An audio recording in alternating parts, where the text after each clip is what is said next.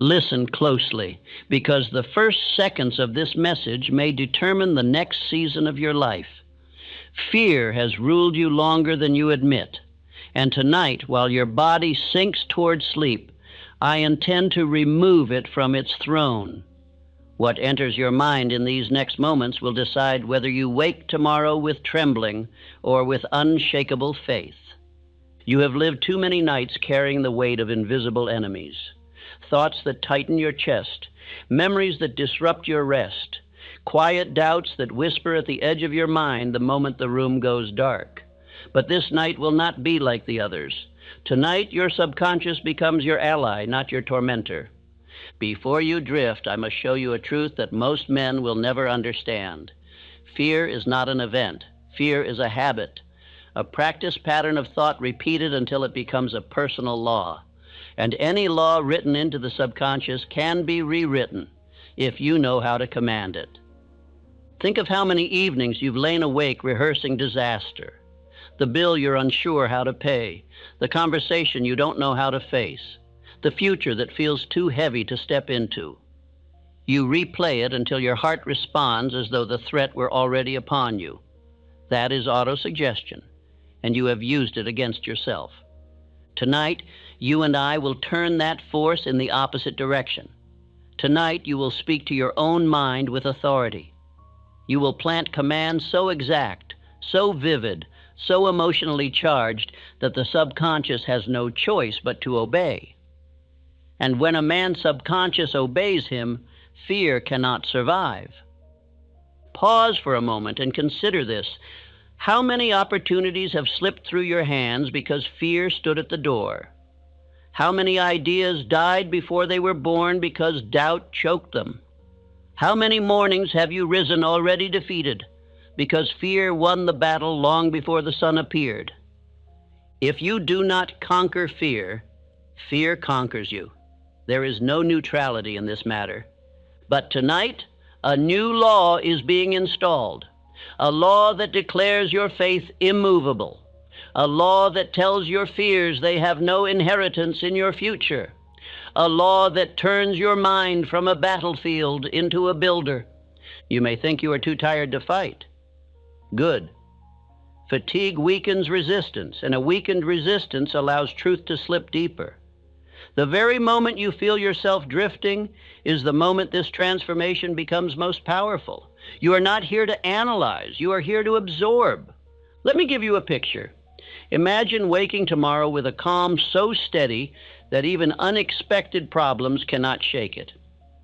Imagine walking into work with a collected confidence instead of that quiet, hesitant dread. Imagine hearing your own voice speak with authority you didn't know you possessed. That is what a purified subconscious gives you, not arrogance, but settled certainty. And certainty is a magnet for opportunity.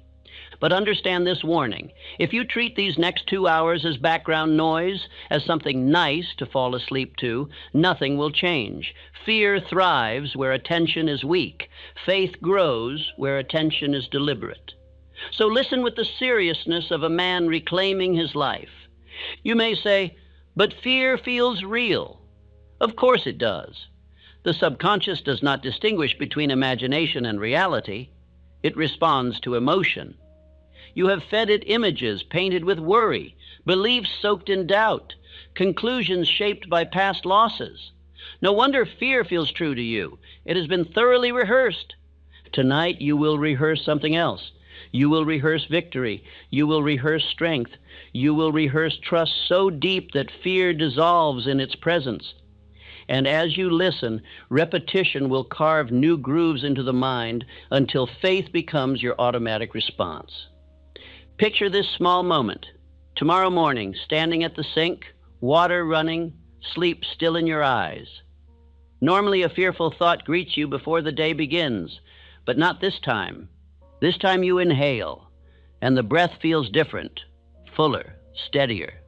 A sense of inner support lifts you. That is the fruit of the work you begin tonight. Fear cannot live where a man knows he is guided. Fear cannot stay where a man has decided to walk with conviction. Fear cannot whisper to the man whose mind is filled with his own commands. But to reach that condition, you must surrender one thing: the belief that fear protects you. It does not. Fear blinds you to what is possible. Fear makes cowards of men who are meant to build empires. Fear poisons decisions that should create opportunity. You will release that lie tonight. Understand this clearly. As you fall asleep, your conscious guard weakens. This is not a disadvantage. This is the gate to transformation. The subconscious becomes receptive, open, hungry for instruction.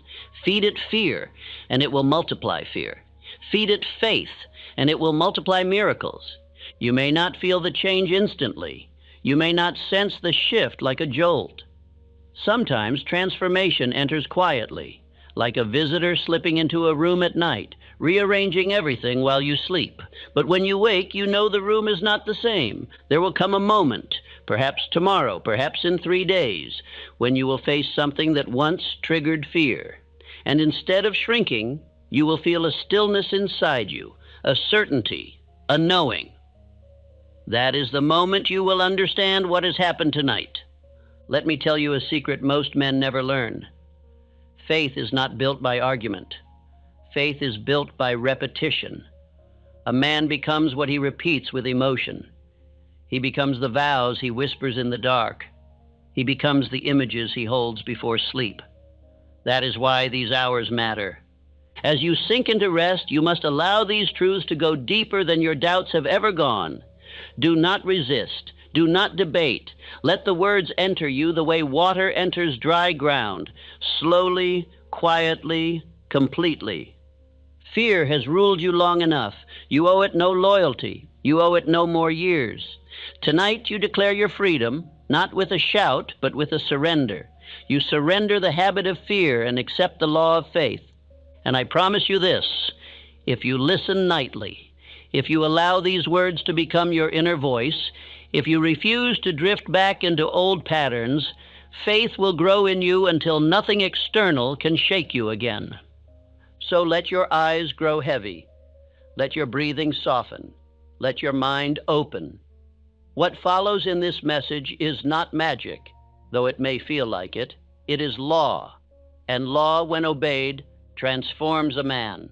Fall asleep to this, and rise tomorrow with a faith that fear cannot touch. Your mind in these quiet hours before sleep becomes more malleable than at any other time of the day. The conscious guard that has argued, doubted, and resisted begins to withdraw. In its place rises a deeper region of thought, a region that obeys without question whatever picture is placed before it. Few men understand this hidden opening, and fewer still use it with intention. Yet here, this very night, your rebirth begins. Fear has ruled these hours of your life because you allowed the mind to replay scenes of loss, uncertainty, and imagined failure. You believe the night to be neutral, but the night has never been neutral. It has always been a workshop. You merely surrendered the tools to fear. Tonight you reclaim them. Tonight you become the master craftsman of your own subconscious. As you drift toward sleep, the mind ceases its struggle with the outer world. It listens instead to the inner voice, the quiet command, the picture held before it. If you do not choose that picture, fear chooses it for you. That has been the error of many men who wonder why their days mirror their nights, restless, uncertain, lacking foundation. But you will not repeat that error tonight, for knowledge has replaced ignorance and intention has replaced drift. There is a law, older than any man now living, that governs the mind during these silent hours. It states that whatever thought is repeated with feeling at the threshold of sleep becomes an unseen law within. For years you have allowed fear to repeat itself. You rehearsed defeat until defeat became familiar. But tonight the rehearsal ends. Faith shall take its place. And as surely as the seed breaks open the earth, faith will break open a new life within you. I once observed leaders who understood this power long before I recognized its significance. They retired each evening not with worry, but with command. Carnegie pictured triumph in the dark hours. Ford impressed upon his mind the certainty of success when every engineer insisted his vision could not be done. Their results were not accidents. They were formed in the stillness where only truth and conviction may enter. Tonight, you join their company. Your subconscious is not persuaded by argument. It is persuaded by repetition. You need not shout. You need only speak with quiet firmness, for the subconscious recognizes power not by volume, but by emotional certainty. The whisper repeated with conviction becomes a command. The command repeated with feeling becomes law, and law, once written, rules the life of a man as surely as gravity governs the fall of a stone. Let your breathing settle now. Each breath slows the outer noise and opens the inner gate. You may not yet feel the change, but movement has already begun. The very act of choosing faith in this moment sets you apart from the multitudes who allow fear to dictate their nights. They do not know what you know, that the hours before sleep determine the quality of all the hours that follow. As your thoughts drift, imagine the mind as soft earth awaiting seed. For years you allowed weeds to grow without intention. Fear planted them, watered them, nurtured them in the night. Yet the earth does not resist new seed. It only produces according to what is placed within it. Plant faith tonight, and you will reap certainty tomorrow. Plant confidence tonight, and you will reap boldness in the morning. This is law, not chance. You may believe your weariness is a hindrance, but it is precisely what makes this moment powerful. When the body grows tired, the conscious resistance weakens. The subconscious becomes open, receptive, ready to receive. Men have achieved remarkable transformation in such moments, for the mind in its softened state accepts truth more quickly than in hours of labor and noise. Your faith will not grow by accident. It grows by cultivation. Picture the man you desire to become. Steady in thought, unwavering in decision, calm before adversity, free from the trembling that once marked your steps.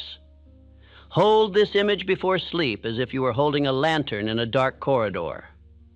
The subconscious does not measure time, it measures emotion.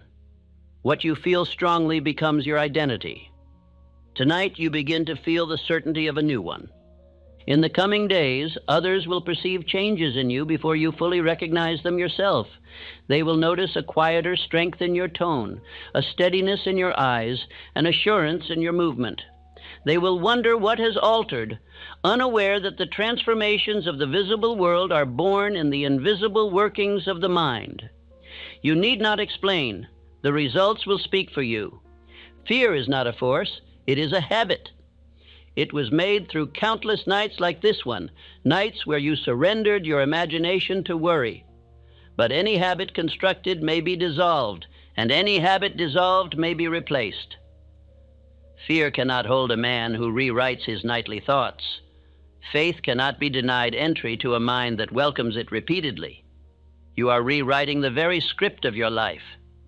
Say quietly within yourself, "My mind obeys the truth I choose. I choose faith." You need not force the words. Allow them to settle as leaves settle upon still water. Feel the truth behind them. Each repetition lights a small flame within. In time, those small flames will join, forming a fire that fear cannot withstand. Imagine your life as it will unfold once faith has taken its rightful place within your nights. You will awaken with a calm that cannot be shaken by unexpected changes. You will face tasks that once troubled you with renewed strength. You will walk into the world wearing certainty as a cloak around your shoulders. You will no longer flinch at the imagined blow, for imagination will have learned to paint new scenes, scenes of triumph and command. You may not yet fully grasp how swiftly the subconscious can transform when guided. You will soon witness its power. A moment will arise, perhaps tomorrow, where a familiar fear would once have seized you. Instead, you will notice stillness, not emptiness, but a firm foundation. This is the first sign that the old habit has begun to crumble. Faith, once installed, becomes a quiet companion. It does not shout. It simply stands beside you in the silence and whispers, "All is well." You will hear this voice in moments where your old self would have faltered.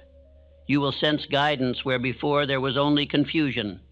The world outside may remain unpredictable, but the world within will no longer tremble. Repeat softly to yourself, "I carry the law of faith within me." Each word presses deeper than the last. The subconscious receives these impressions as a sculptor receives new stone, ready to shape it into form. Even now, the old patterns are loosening. Fear loses its footing when the mind accepts a higher command. Understand this: a man is never defeated by the outer world. He is defeated by the picture held in his inner world. Change that picture, and the outer world must eventually conform. Tonight you change the picture. You replace the image of a trembling man with the image of a steady one. You replace the image of uncertainty with the image of certainty. You replace fear with law. Continue breathing deeply. Feel the body sinking into rest. Know that your mind is rising into strength. This is not escape. This is reconstruction.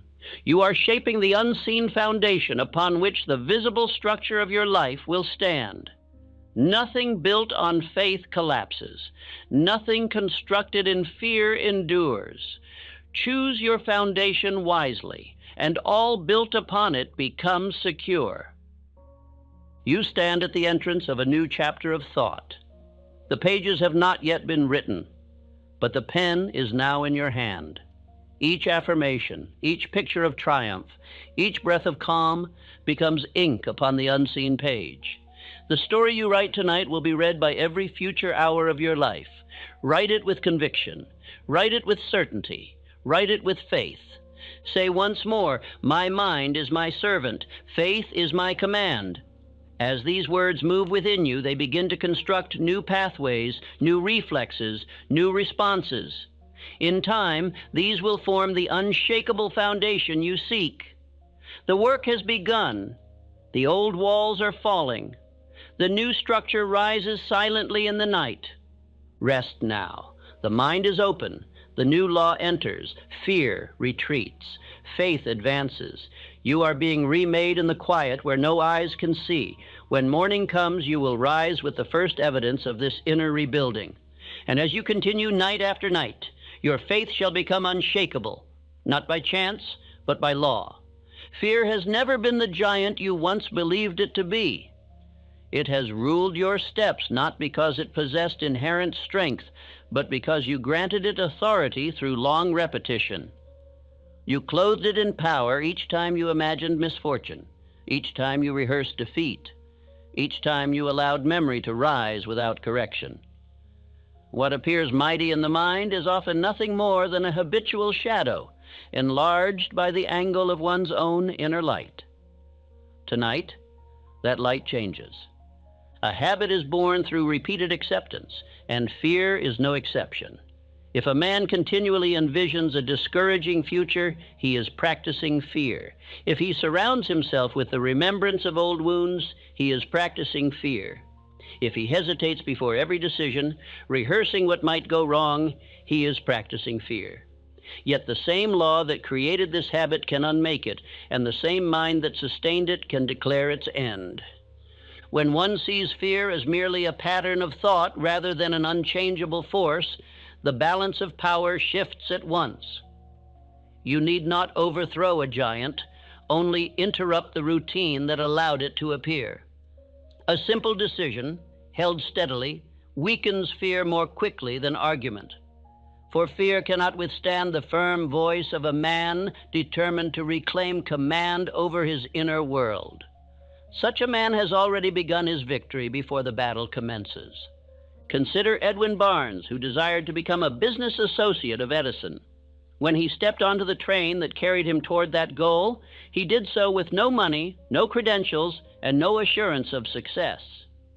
Yet in the quiet chambers of his mind, he had repeatedly pictured himself standing beside Edison as a partner. Fear whispered that such boldness was folly.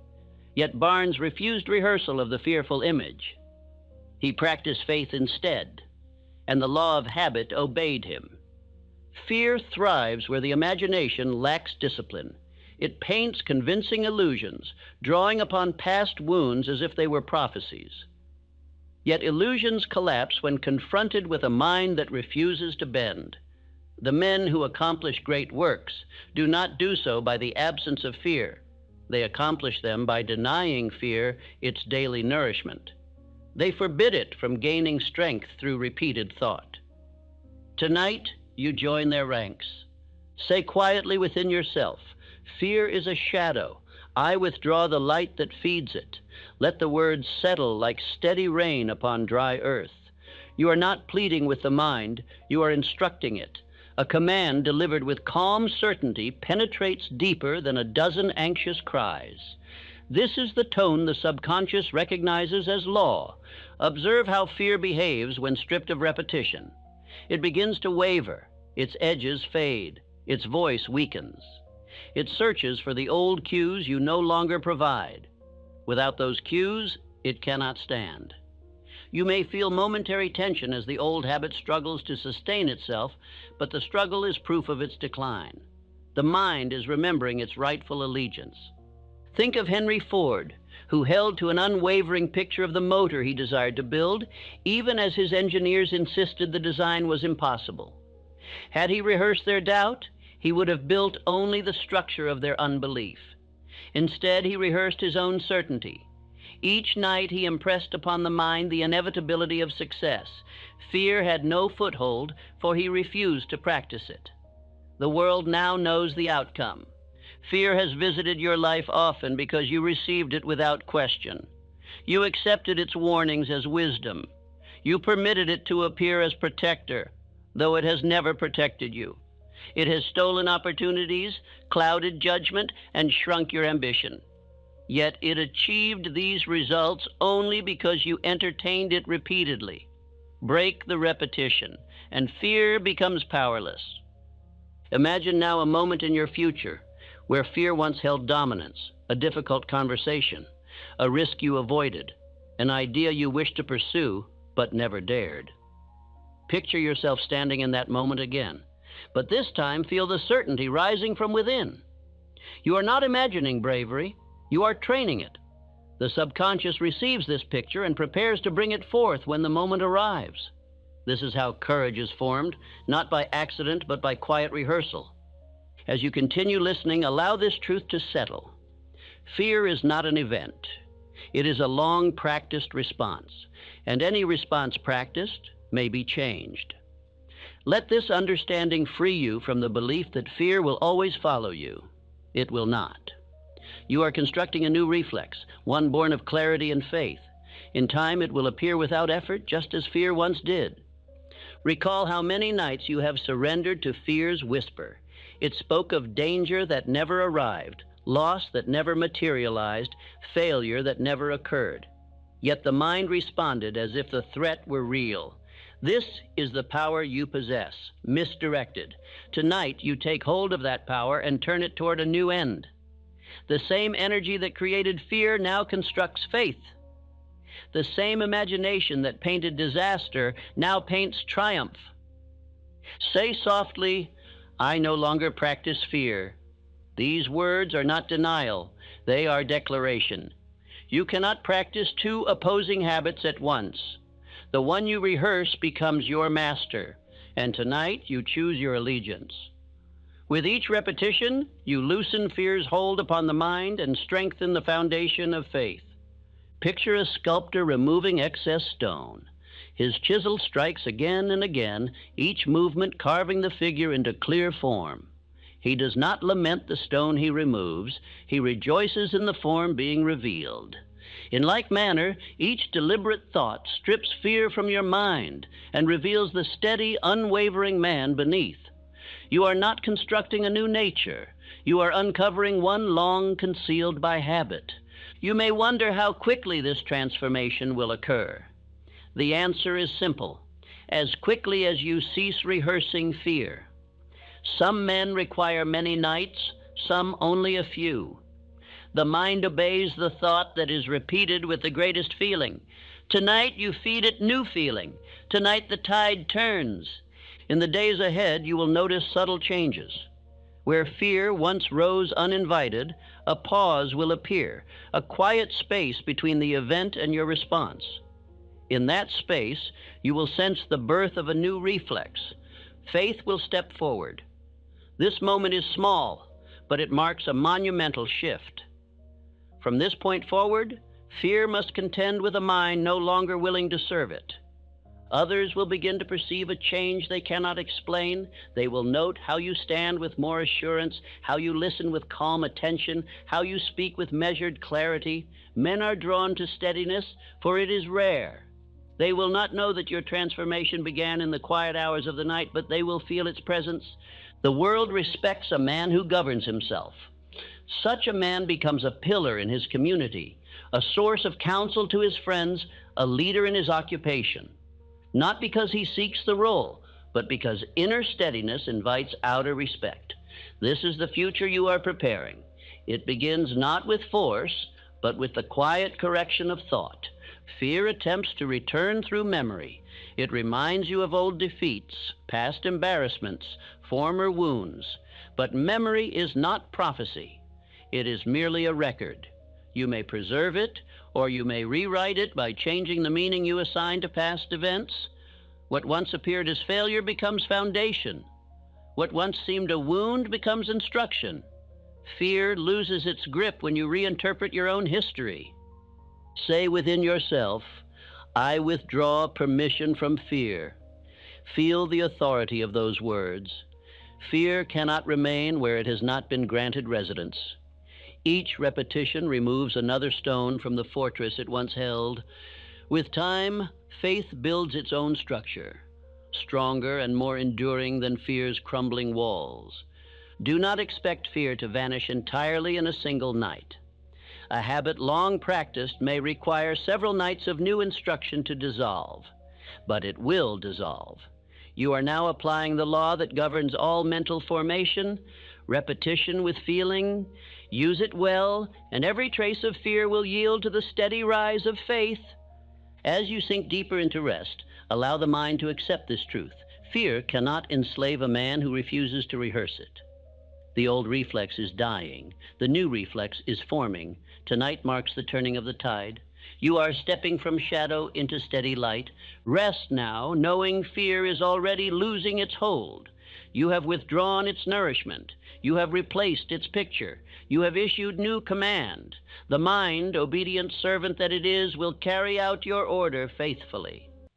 And soon, very soon, you will awaken into a life where fear no longer walks ahead of you, but behind you, small, fading, powerless. There exists within every man an inner voice that governs his decisions, directs his actions, shapes his confidence, and ultimately determines the quality of his life.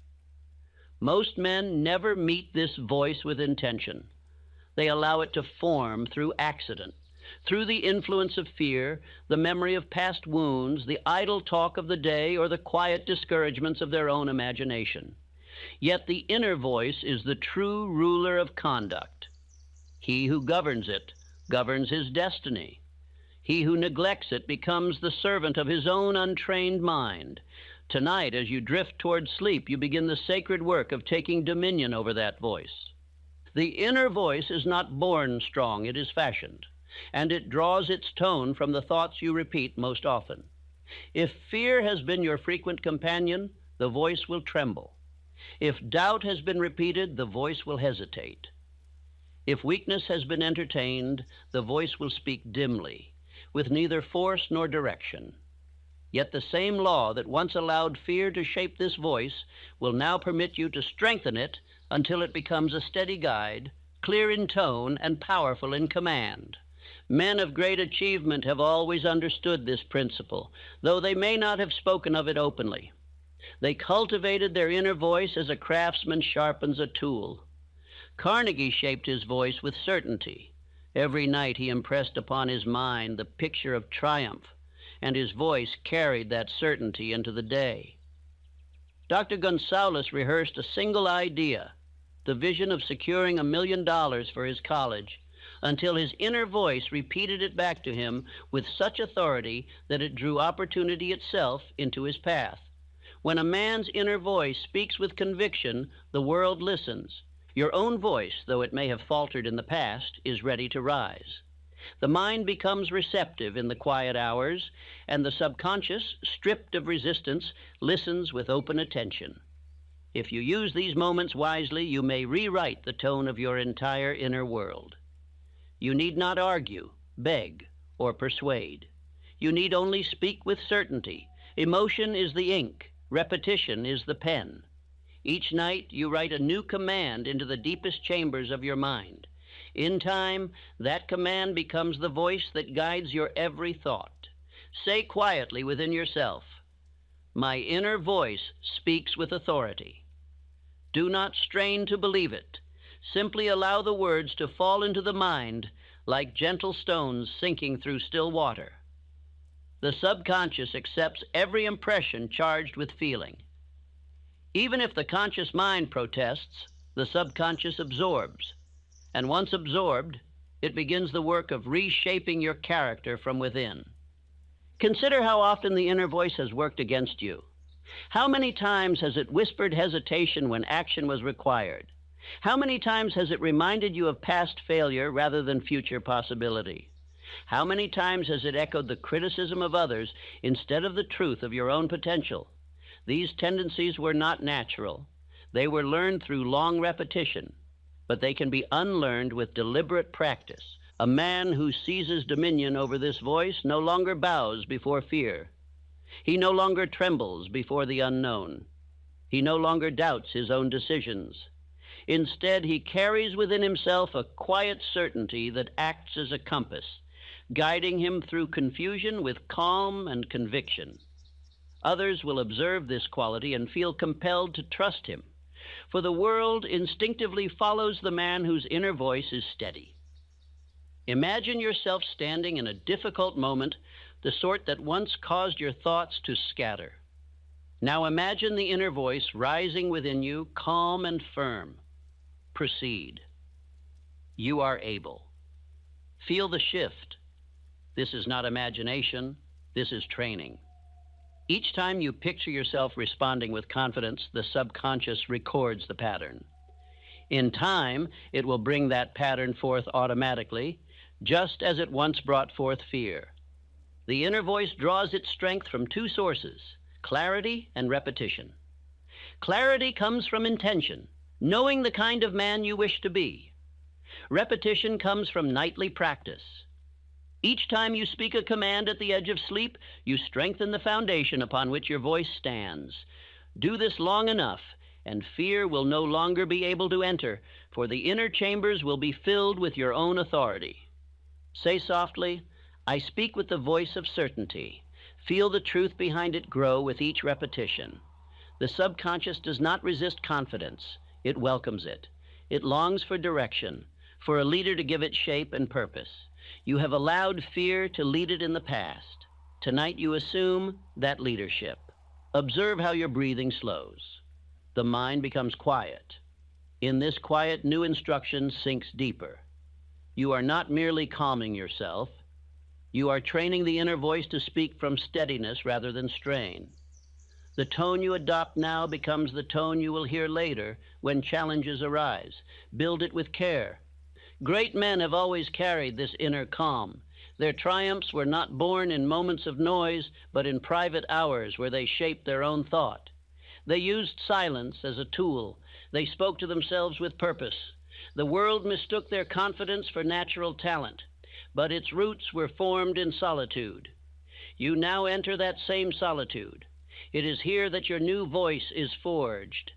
Fear attempts to disguise itself as wisdom. It speaks first, speaks loudly, and speaks with urgency. But its urgency is false. True wisdom speaks slowly, with measured tone and quiet conviction. The inner voice you cultivate tonight will replace fear's frantic whisper. It will become your counsel in moments where quick judgment must be made. It will say, "Steady yourself. You are capable. Proceed." And you will obey. Picture your inner voice as a steady flame. Each time you speak with purpose, the flame grows stronger. Each time you repeat an affirmation, the flame rises. Each time you envision yourself acting with courage, the flame brightens. Soon it will illuminate every corner of your mind. Fear cannot reside in a place so well lit. Say within yourself, "My voice rises, fear falls." Let the words settle, feel their weight. You are establishing a new order within your mind, a hierarchy where faith commands and fear obeys. As this new order solidifies, your old reflexes lose strength. In the days to come, you will hear the first signs of this voice.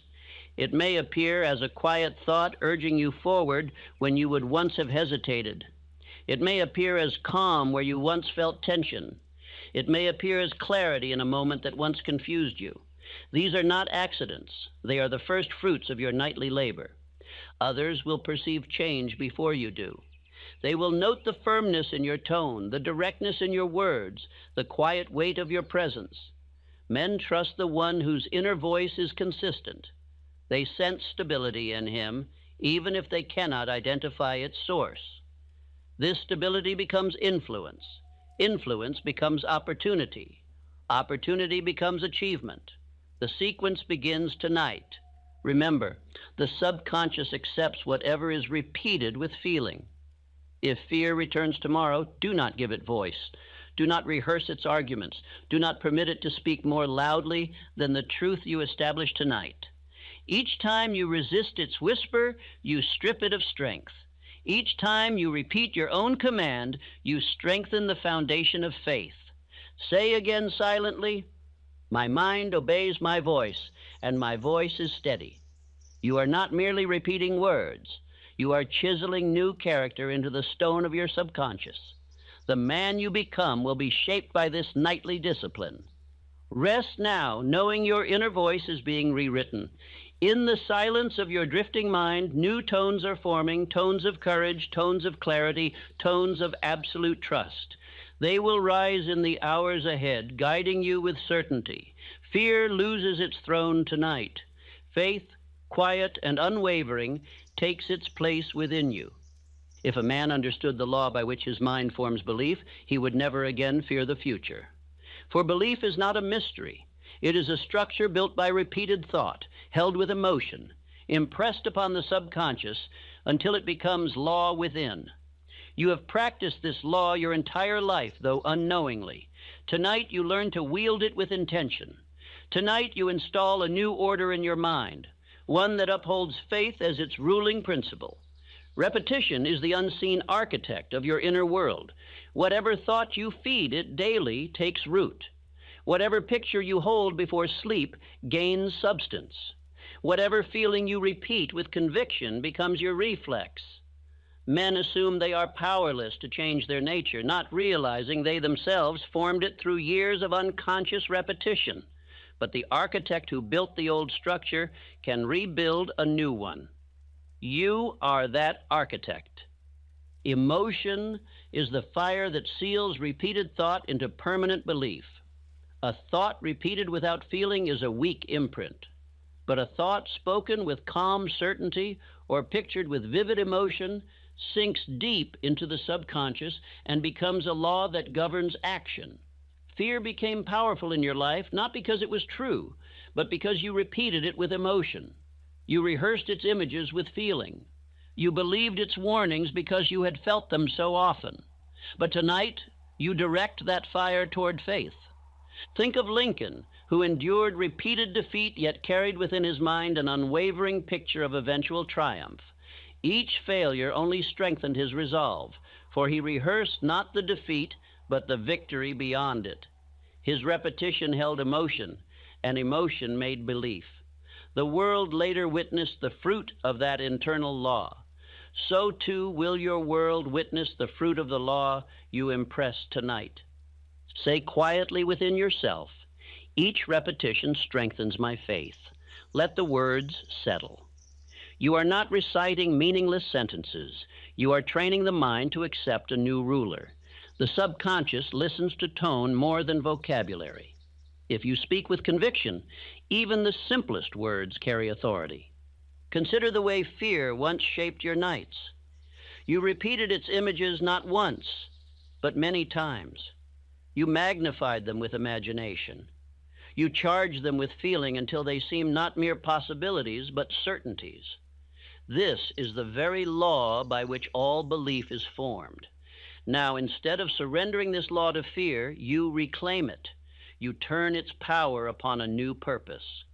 Picture now a steady future, one built upon calmness and inner strength. Do not merely see it, feel it. The emotion you attach to this image will determine the speed with which it becomes your reality. The subconscious does not resist visions charged with feeling. It moves eagerly to fulfill them. This is why a man whose thought is aligned with emotion advances with astonishing speed compared to one whose thought is cold and unfeeling.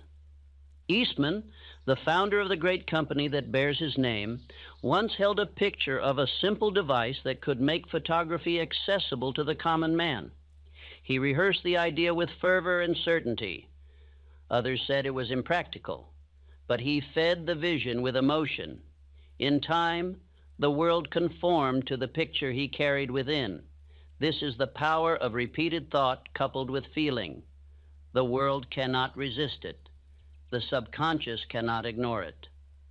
Say softly, "The picture I repeat becomes the life I live." These words are not poetic sentiment. They are law. A man becomes what he rehearses most often, especially in the quiet hours before sleep when the gates of the mind stand open. This is not speculation. It is the foundation of every transformation recorded in the lives of those who rose from obscurity to greatness. Repetition is not a mere exercise. It is the chiseling of new pathways in the mind. When you repeat a thought nightly, you instruct your nerves to respond in harmony with it. You train your feelings to support it. You build reflexes that act without conscious effort. Eventually, the repeated thought becomes your first reaction to challenge, your default response to uncertainty, and the foundation of your decision-making. Faith, when repeated with emotion, develops a tone. A man who speaks from this tone does not need to raise his voice. Others feel the steadiness of it. They recognize conviction even before he explains his reasons. His presence inspires trust because the tone of his inner world has shaped his outer conduct. This is the tone you are now cultivating. Imagine yourself waking tomorrow with a mind already leaning toward faith. You breathe deeply, and the breath feels full. You sense the beginnings of certainty rising within you, not as forced optimism, but as quiet truth. This is the result of repetition. You need not strain to feel it. Repetition carries its own momentum. What begins with effort soon becomes natural. The subconscious thrives on steady instruction. It does not question. It does not analyze. It simply obeys the impression that is repeated most often and with the greatest feeling. If fear has governed you, it is because you allowed it to speak more frequently and more passionately than faith. Tonight, the balance changes. Faith becomes the repeated thought. Certainty becomes the repeated feeling. Say once more, "My faith grows each time I speak it." Feel the truth behind the words. You are not attempting to believe. You are training belief. Just as a muscle strengthens through use, the mind strengthens through repetition.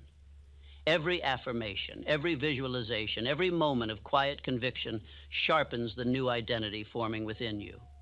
Many men wish for change, but few are willing to apply the steady discipline required to engrave new laws upon the subconscious. Yet those who do soon rise above their former limitations. They find themselves acting with ease where they once struggled, deciding with clarity where they once hesitated, speaking with confidence where they once doubted. This is not magic. It is obedience to mental law. Picture again the man you are becoming. See him standing with straight posture, eyes calm, voice steady. See him making decisions without fear of criticism, advancing without hesitation, carrying certainty as a natural part of his character. Feel the pride of this identity. Your subconscious receives this picture with eagerness. It desires structure. It desires law. You are giving it the clearest law you have ever supplied. Emotion must accompany repetition, for emotion is the cement that binds thought to the subconscious. Speak your affirmations with sincerity. Picture your triumphs with vivid detail. Imagine the feeling of strength as though you already possessed it. The subconscious cannot distinguish between reality and imagination when emotion is present. It accepts both as truth and begins to act accordingly. Think again of men like Gillette, who held the vision of a simple shaving device in his mind with such tenacity that others thought him obsessed. That obsession, so-called, was simply repetition charged with emotion. He impressed the vision upon his subconscious until it became an unquestioned certainty. The world later rewarded that certainty. You may encounter moments in the days ahead when the old patterns of fear attempt to return. When this occurs, do not be alarmed. Old habits resist their dissolution. Simply return to repetition. Speak your affirmation. Picture your desired state. Feel the emotion. Each repetition weakens the old pattern and strengthens the new. In time, fear will have no place to stand. Say quietly, I am engraving faith upon my mind. Each word falls like a hammer upon soft metal. You are shaping the very instrument through which you interpret the world. In time, this instrument will produce only harmony. The discord of fear will fade. Understand this truth. Repetition is the bridge between desire and realization. Without repetition, even the greatest dream remains a wish. With repetition, even the smallest beginning grows into enduring success. You are laying the first stones of a bridge that will carry you into a life of unshakable faith. As you drift deeper into rest, feel the mind absorbing these impressions. You need not force anything. The subconscious is active even as the body sleeps. It continues its work long after the conscious mind has withdrawn. While you rest, it strengthens the laws you have given it. It dissolves the old patterns. It constructs new pathways. It prepares you for the strength you will display tomorrow. Rest now, knowing repetition is at work within you. The law that once strengthened fear now strengthens faith. You are becoming a man guided by conviction rather than doubt, by vision rather than memory, by clarity rather than confusion. And as this new law becomes permanent, your faith shall rise until nothing external can shake it. There exists within every man a silent workshop where ideas are shaped long before they become events. This workshop is the creative imagination. It is not a vague faculty nor a fanciful dreamer's toy. It is the birthplace of every triumph ever recorded. When fear governed your life, it used this imagination against you, filling it with pictures of defeat. Tonight, you reclaim this workshop and set it to nobler use. The creative imagination is the mind's link to possibility. It perceives openings others cannot see. It reveals paths that logic alone cannot uncover. It whispers truths that the noise of the day conceals. But it cannot speak clearly to a mind clouded with worry. Fear muddies this faculty. Faith awakens it. As you fall asleep, the imagination stirs, ready to be directed. Tonight, you give it new command. When the imagination is guided by fear, it paints disasters with vivid color. It shows loss, embarrassment, rejection, failure. It convinces the mind that these images are warnings from some higher power, but they are nothing more than distorted reflections of past wounds. When guided by faith, imagination paints triumph with equal force. It shows strength, opportunity, dignity, mastery. You choose which set of images will shape your life. Tonight, you choose the latter. Consider the Wright brothers, who saw flight long before scientific authority approved the idea. Their imagination lifted them above the limits of their time. They held before their minds a picture so clear, so persistent, that the invisible eventually became visible. They were not guided by fear of ridicule or failure. They were guided by a creative image that refused to fade. You possess the same faculty. What differs is the use. Say quietly, "My imagination serves faith, not fear." Let the words rest gently in the mind. You are not demanding change, you are inviting it. The subconscious welcomes any instruction spoken with calm sincerity. When these words are repeated nightly, the mind ceases to send imagination down dark corridors and begins directing it toward light-filled possibilities.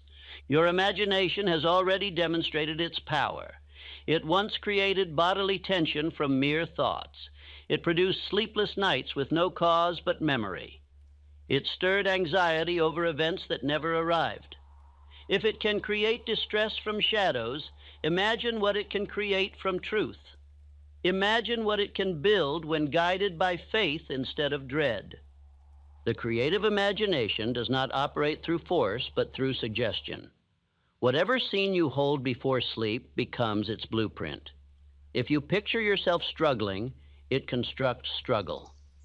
If you picture yourself composed and steady, it constructs composure. If you picture success with emotion, the imagination begins aligning your actions, your instincts, and your opportunities toward that success. This is not superstition, it is mental law.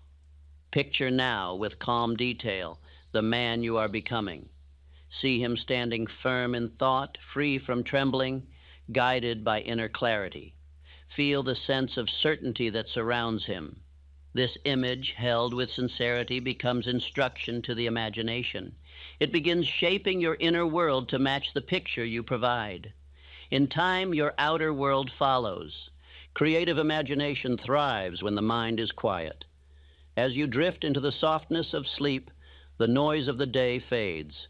The worries that once cluttered the mind grow faint. In this stillness, your imagination works without interruption. While the body rests, the mind builds. It arranges impressions. It strengthens desires. It forms connections unseen by the waking mind. You awaken not fully understanding the work done at night, but you feel its effect. A new idea, a new solution, a new certainty. Eastman once imagined a machine so simple a child could use it. The idea seemed absurd to others, yet he held the picture so consistently that his imagination began bridging the gap between desire and method. In time, the picture became a tangible reality. This is the manner in which imagination always operates. Quietly at first, then with increasing boldness, until it compels the world to make room for the vision held within. Say softly, "My imagination reveals the path to my strength." Feel the truth behind the words. You are not asking for visions. You are directing the imagination to reveal possibilities already present, but previously concealed by fear. The subconscious responds to direction, not confusion. You now give it clear command. Fear once taught your imagination to exaggerate difficulty. It magnified obstacles until they appeared insurmountable. It pictured the worst possible outcome and convinced the mind it was likely. But fear's instruction was an error in judgment. The imagination was never meant to serve fear. Its natural purpose is to reveal opportunity, to strengthen faith, to provide insight. Tonight, you restore it to that purpose. The imagination, once awakened, becomes a wellspring of ideas. You will notice thoughts arriving in moments of quiet, thoughts that bring clarity, solutions, or encouragement. These thoughts are not accidents. They are the result of your new nightly discipline. When you feed the imagination pictures of strength, it returns ideas that support strength. When you hold pictures of certainty, it returns insights that guide you with steady conviction. Others will begin noticing a new quality in your thinking. You will offer ideas with clarity. You will perceive solutions quicker than before. Your presence will carry a quiet originality, for imagination frees a man from mental bondage. The world values such a mind. Men are drawn to those who think beyond the narrow walls that limit ordinary thought. Say again within yourself, "I welcome images of triumph." This welcoming attitude opens the gates of the mind. The imagination cannot operate in a field crowded with dread. It requires space, space created when fear is dismissed and faith is invited. You create that space tonight.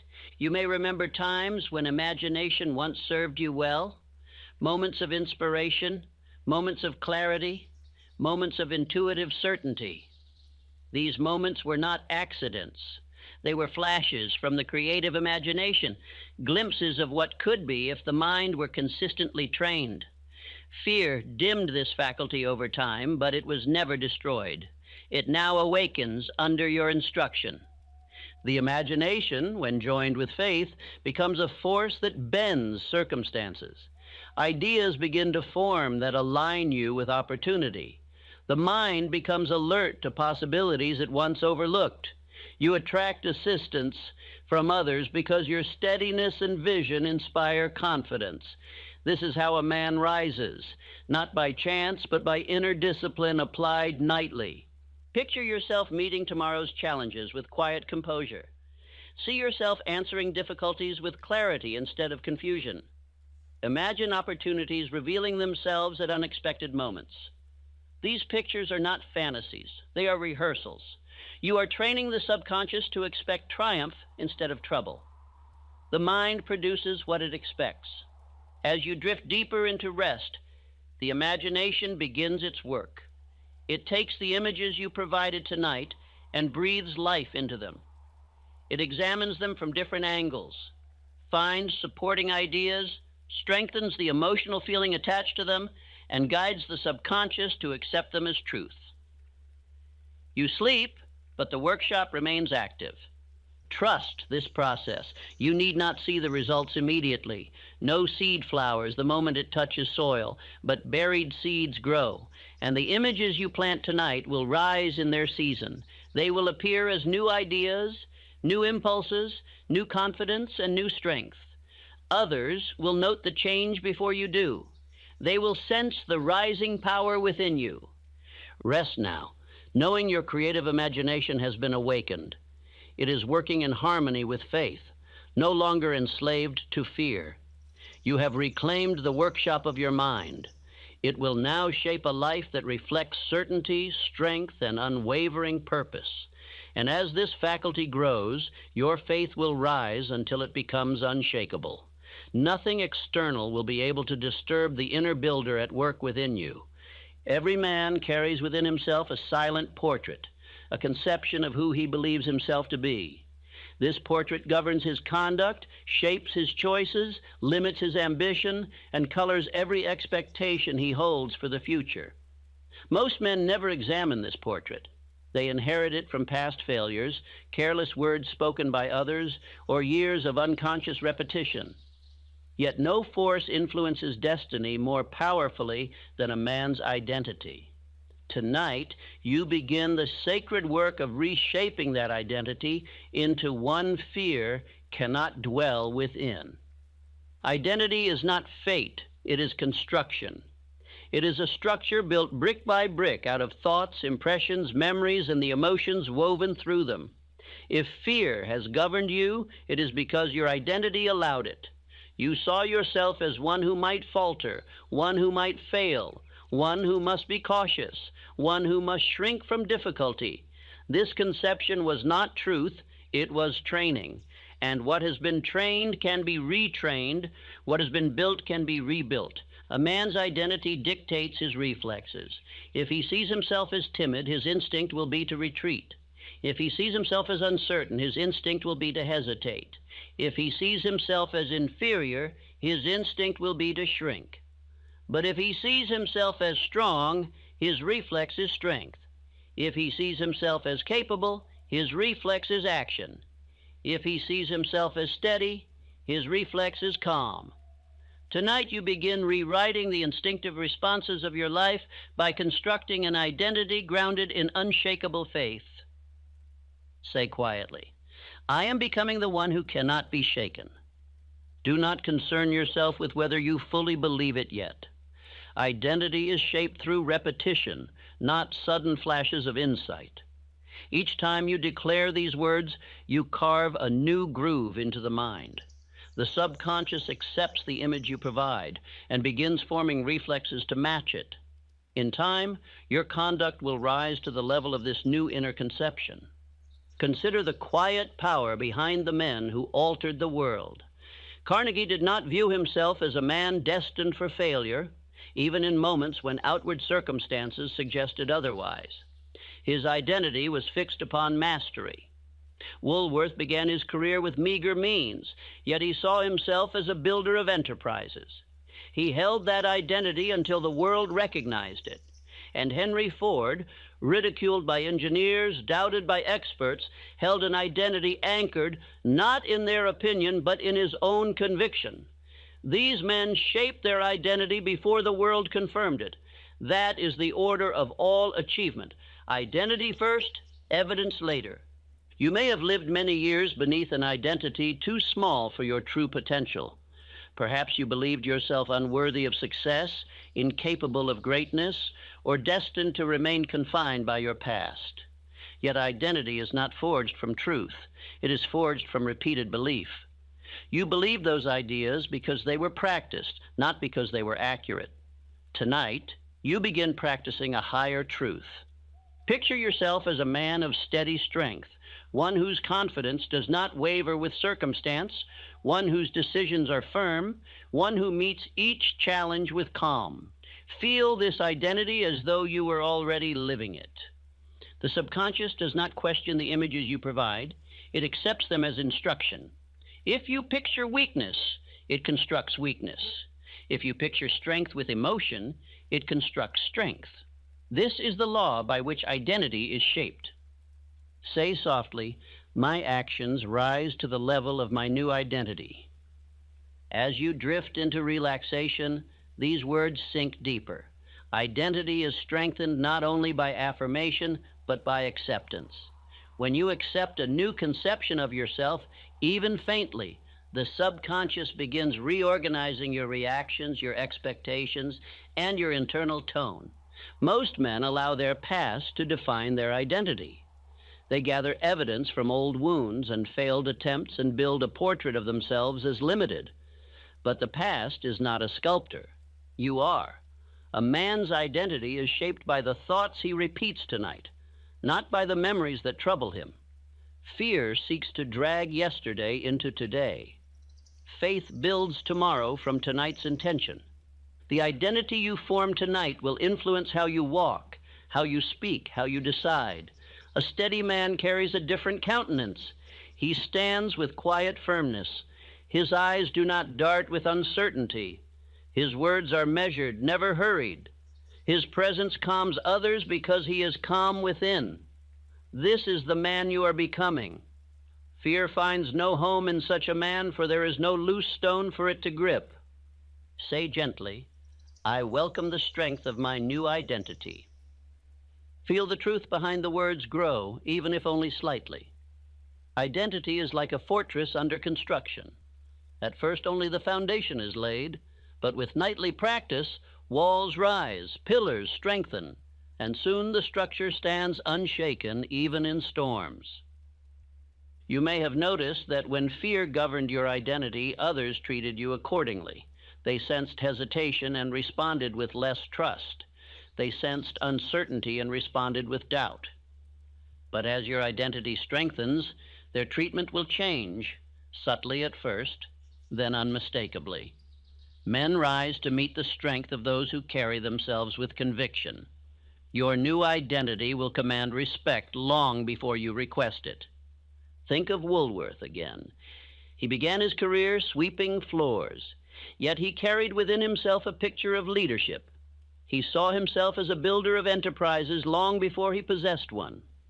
That identity shaped his conduct, and the world adjusted to the identity he insisted upon. So it shall be with you. The world cannot resist a man who refuses to see himself as small. Identity is not constructed through willpower alone. It is built through repetition and emotion, through the nightly practice of choosing who you intend to be. The subconscious embraces identity more quickly than it embraces isolated thoughts. When you picture yourself as strong, day after day, night after night, The subconscious reorganizes your perceptions and aligns your conduct with that image. In time, you become the embodiment of the picture you repeated. Say again, I am shaping the man I become. This simple truth, repeated often, dissolves the old identity that fear once controlled. It reminds the subconscious that you alone choose the shape of your destiny. No opinion, no past wound, no former mistake has the authority to dictate your future identity unless you allow it. Tonight, you withdraw that permission. Fear cannot inhabit a mind filled with a strong conception of self. Fear dwells in empty places, in uncertain foundations, in identities built by accident. When you construct an identity deliberately, fear is driven out as naturally as darkness is dispelled by light. You do not fight fear, you outgrow it. You rise beyond its reach. Picture now an identity even greater than the one you first imagined. See yourself not only steady, but influential. Not only confident, but wise. Not only unshaken, but inspiring to others. Imagine how your voice would sound, how your posture would appear, how your decisions would flow from calm assurance. You are not fabricating a fantasy. You are supplying your subconscious with a blueprint. It will build what you repeatedly present. Identity shapes destiny. The man who sees himself as a failure will make choices that fulfill that vision. The man who sees himself as strong will make choices worthy of that strength. The man who sees himself as guided will walk paths others fear to tread. Your identity, once strengthened, becomes the engine of your life, pulling you toward opportunities, relationships, and achievements that match your inner conception. As you drift deeper, repeat softly, my identity is built by faith. These words anchor the transformation now underway. They instruct the mind to construct self-perception not from memory or fear, but from the higher faculty of imagination guided by faith. This becomes your new foundation, strong enough to support any ambition you choose. In the coming days, you will begin to notice subtle changes in your conduct. You will speak with more certainty. You will act with more intention. Decisions that once troubled you will feel lighter. Tasks that once seemed burdensome will appear manageable. This is the influence of identity. It quietly shapes every action before you consciously choose it. Others will perceive a shift they cannot explain. They will sense greater confidence in your tone. They will recognize stability in your eyes. They may ask what has changed, though you may not fully describe it, but you will know. The identity you formed in the quiet hours is becoming visible in the daylight. Rest now, knowing your new identity grows even as you sleep. The subconscious chisels it with every breath, strengthens it with every repetition, and prepares you to step into tomorrow carrying a presence fear cannot enter. You are becoming the man you once only imagined, a man of dignity, certainty, steadiness, and quiet power. You are becoming one who cannot be shaken. There arrives a moment in every man's journey where the inner work he has performed in silence begins to reveal itself in action. The hours you have spent rewriting fear, strengthening your voice, shaping your imagination, and forging a new identity were not for the night alone. They were preparation for the day, the proving ground where the mind displays the fruit of its discipline. Tonight, as you drift toward rest, you prepare to enter tomorrow not as one who trembles, but as one who stands unshaken. Faith is not fully known in silence. It is known when silence ends and life unfolds. A man may hold firm belief in the quiet, but the true measure of mastery is how that belief expresses itself in the face of difficulty. Yet understand this clearly. By the time difficulty arrives, the outcome is already determined. For no man rises to the level of the moment. He rises to the level of the identity he constructed long before the moment appeared. Tonight you are shaping that identity. Tomorrow you will demonstrate it. Say quietly, I meet tomorrow with steady faith. Let the words settle deep. You are giving the subconscious a directive to carry into the coming hours. It will obey. The subconscious moves ahead of your conscious mind. preparing your reactions, your tone, your composure. As you sleep, it lays the groundwork for the strength you will display upon waking. Imagine now the first moments of tomorrow's morning. You rise from sleep. The light touches your eyes. For a brief instant, the old habit of fear attempts to greet you, but it finds no place to stand. Something new has taken root within you, a calm that requires no effort, a steadiness that feels as natural as breath. This is the first sign that your inner work has become law within. The mind that once awakened into uncertainty now awakens into clarity. The breath that once carried tension now carries strength. The heart that once trembled now beats with purpose. Others may experience the morning as a burden. You will experience it as confirmation, for the subconscious does not forget the instructions given before sleep. It begins the day by carrying them into every thought and action. You will walk with a different air. You will speak with a different tone. The world may not understand the transformation immediately, but it will feel it. Men are sensitive to the presence of faith even when they cannot articulate it. They sense when a person moves with inner guidance rather than inner conflict. They respond with trust, respect, and admiration. This shift begins quietly but grows rapidly. Consider the leaders of industry, the builders of nations, the creators of great enterprises. Their greatness was not in their strength alone, but in the steadiness of their faith. They faced obstacles that would have crushed lesser minds, yet they remained composed. Their decisions were not ruled by fear, for fear had no seat within their identity. The world followed them not because they demanded it, but because their unshakable faith made them natural centers of influence. You now enter the same path, not through force, but through inner alignment. Others will sense something rising within you. They will notice that you do not flinch when criticism appears. They will observe that you do not hesitate when decisions must be made. They will remark that your eyes hold clarity, even in moments of uncertainty. This is the outward expression of the work you have done in silence. Say softly, "I act from faith, not from fear." This statement becomes a compass for the coming days. Whenever a choice appears, the mind will lean toward this truth. The old habits of hesitation will weaken. The new habits of decisive, faith-driven action will strengthen. You will begin to trust yourself, not blindly but deeply. When fear attempts to enter your thoughts tomorrow, it will find closed doors. You have rewritten the halls of your mind. You have changed the locks. You have placed faith in the seat where fear once governed. Even if the old pattern tries to whisper, its voice will sound faint, distant, unfamiliar. You have replaced it with a stronger voice, one born of conviction. The challenges that once seemed overwhelming will now appear manageable, not because the challenges have changed, but because you have. Faith alters perception. Where fear magnifies obstacles, faith reveals solutions. Where fear sees danger, faith sees direction. Where fear retreats, faith advances. You will begin to notice opportunities hidden inside difficulties, opportunities invisible to the fearful mind. Great successes often begin with a single moment of unshakable faith, a moment where a man chooses conviction over doubt. Your nightly practice has prepared you for such moments.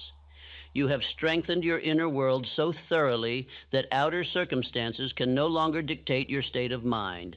This is mastery. Say quietly, "Nothing external can move the calm within me." Feel the truth of it expanding in your chest. This calm is not weakness, it is controlled power.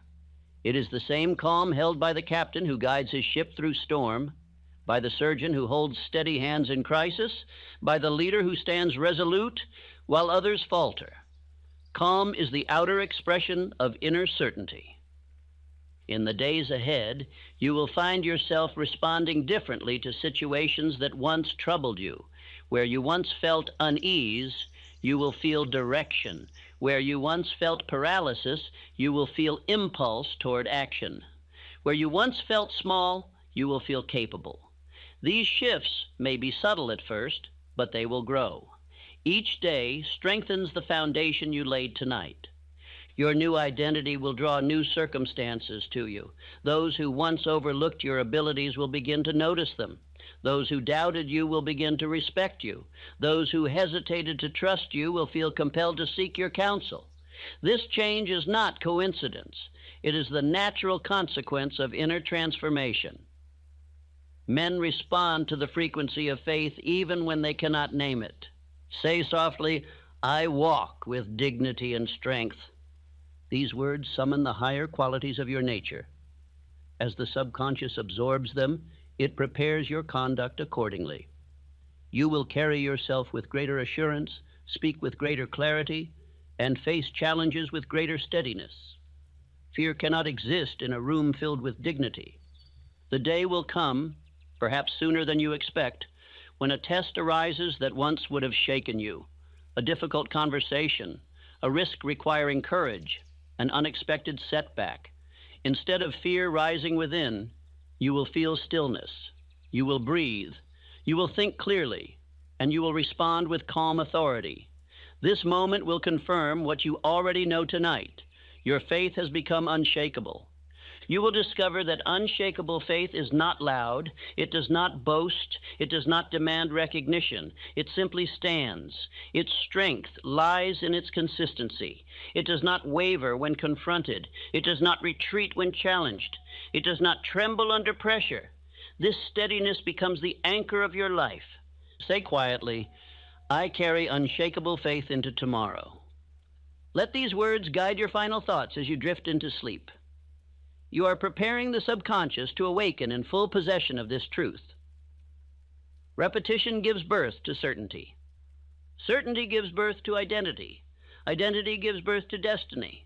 As you descend into deeper rest, your mind continues the sacred work. It strengthens the walls of your new identity. It reinforces the images of triumph you rehearsed. It dissolves the remnants of fear still clinging to old thoughts. It builds a foundation strong enough to support every ambition you dare to pursue. When morning comes, you will rise not as the man you were, but as the man you have chosen to become. You will meet the day with a calm that others can feel. You will walk with a confidence that others respect. You will speak with a clarity born of inner alignment. You will live as one who governs himself from within. Rest now, knowing that your transformation is complete in seed and unfolding in form. Tonight your mind has accepted the law that faith shall rule your inner world. The work you have done in silence will soon reveal itself in strength, in decisions, in composure, and in destiny. Fear no longer holds claim to your life. You are guided by a higher law, the law of faith made unshakable. I have walked the path that leads from confusion to conviction, from trembling to tranquility, from bondage to mastery. And if my words have found their way into the chambers of your mind, you too are walking that same path now. It is not a journey of miles, but of mind. It begins in silence, grows through repetition, and ends in the calm certainty that faith, once made habitual, rules all that concerns you. This, my friend, is the highest state to which man may rise while still walking the earth. For years I sought to understand the hidden difference between those who conquer life and those who are conquered by it. I found that difference not in strength, nor birth, nor fortune, nor opportunity. I found it in belief, belief so steadfast that the entire universe seems to bow before it. Faith is the invisible seed of every visible success, and the man who learns to plant, nurture, and guard that seed gains mastery over circumstance itself. You now stand among those who have learned that the mind is both servant and master. You have seen how fear, if left untrained, makes a coward of potential and a slave of genius. You have seen how faith, when disciplined through repetition and feeling, transforms a wandering soul into a builder of destiny. And perhaps most importantly, you have learned that the choice between the two lies entirely within your own keeping. When you first began this nightly discipline, you may have believed that faith was something to be acquired, as one might acquire skill or wealth. But faith is not something added to your nature. It is your nature, long obscured by habit and doubt. It is the original strength of the soul, buried beneath years of fearful rehearsal. Tonight, as you close your eyes and let your mind sink into the quiet, you return to that original strength. You rediscover the certainty that was yours before fear taught you to tremble. A man is not born doubtful. He is trained to doubt. He is told what cannot be done, warned against what might fail, reminded of what has gone wrong. And he receives these impressions as laws until he forgets that all laws within the mind are written by thought. But once he remembers his authorship, he can erase every unworthy command and write new decrees. This is what you have done. You have reclaimed authorship of your inner world. You have taken the pen from fear and placed it back into the hand of faith. Look back upon the lessons you have received in these nights of quiet reconstruction. You learned that fear is not a force but a habit, a pattern of thought repeated until it gains the illusion of truth. You learned that the subconscious mind obeys repetition more than reason. You learned that imagination, when guided by faith, becomes the workshop of miracles. And you learned that identity, once rewritten through conscious command, determines the quality of every thought and every act that follows. These truths, though simple, carry within them the full architecture of mastery. Faith, when rightly understood, is not mere belief in unseen things. It is harmony with unseen law. It is confidence in the order that governs the universe, the same order that makes night follow day and seed become harvest. It is awareness that the law which shaped the stars also shapes the circumstances of men. A man who aligns his thought with that order no longer pleads with life. He commands it through understanding.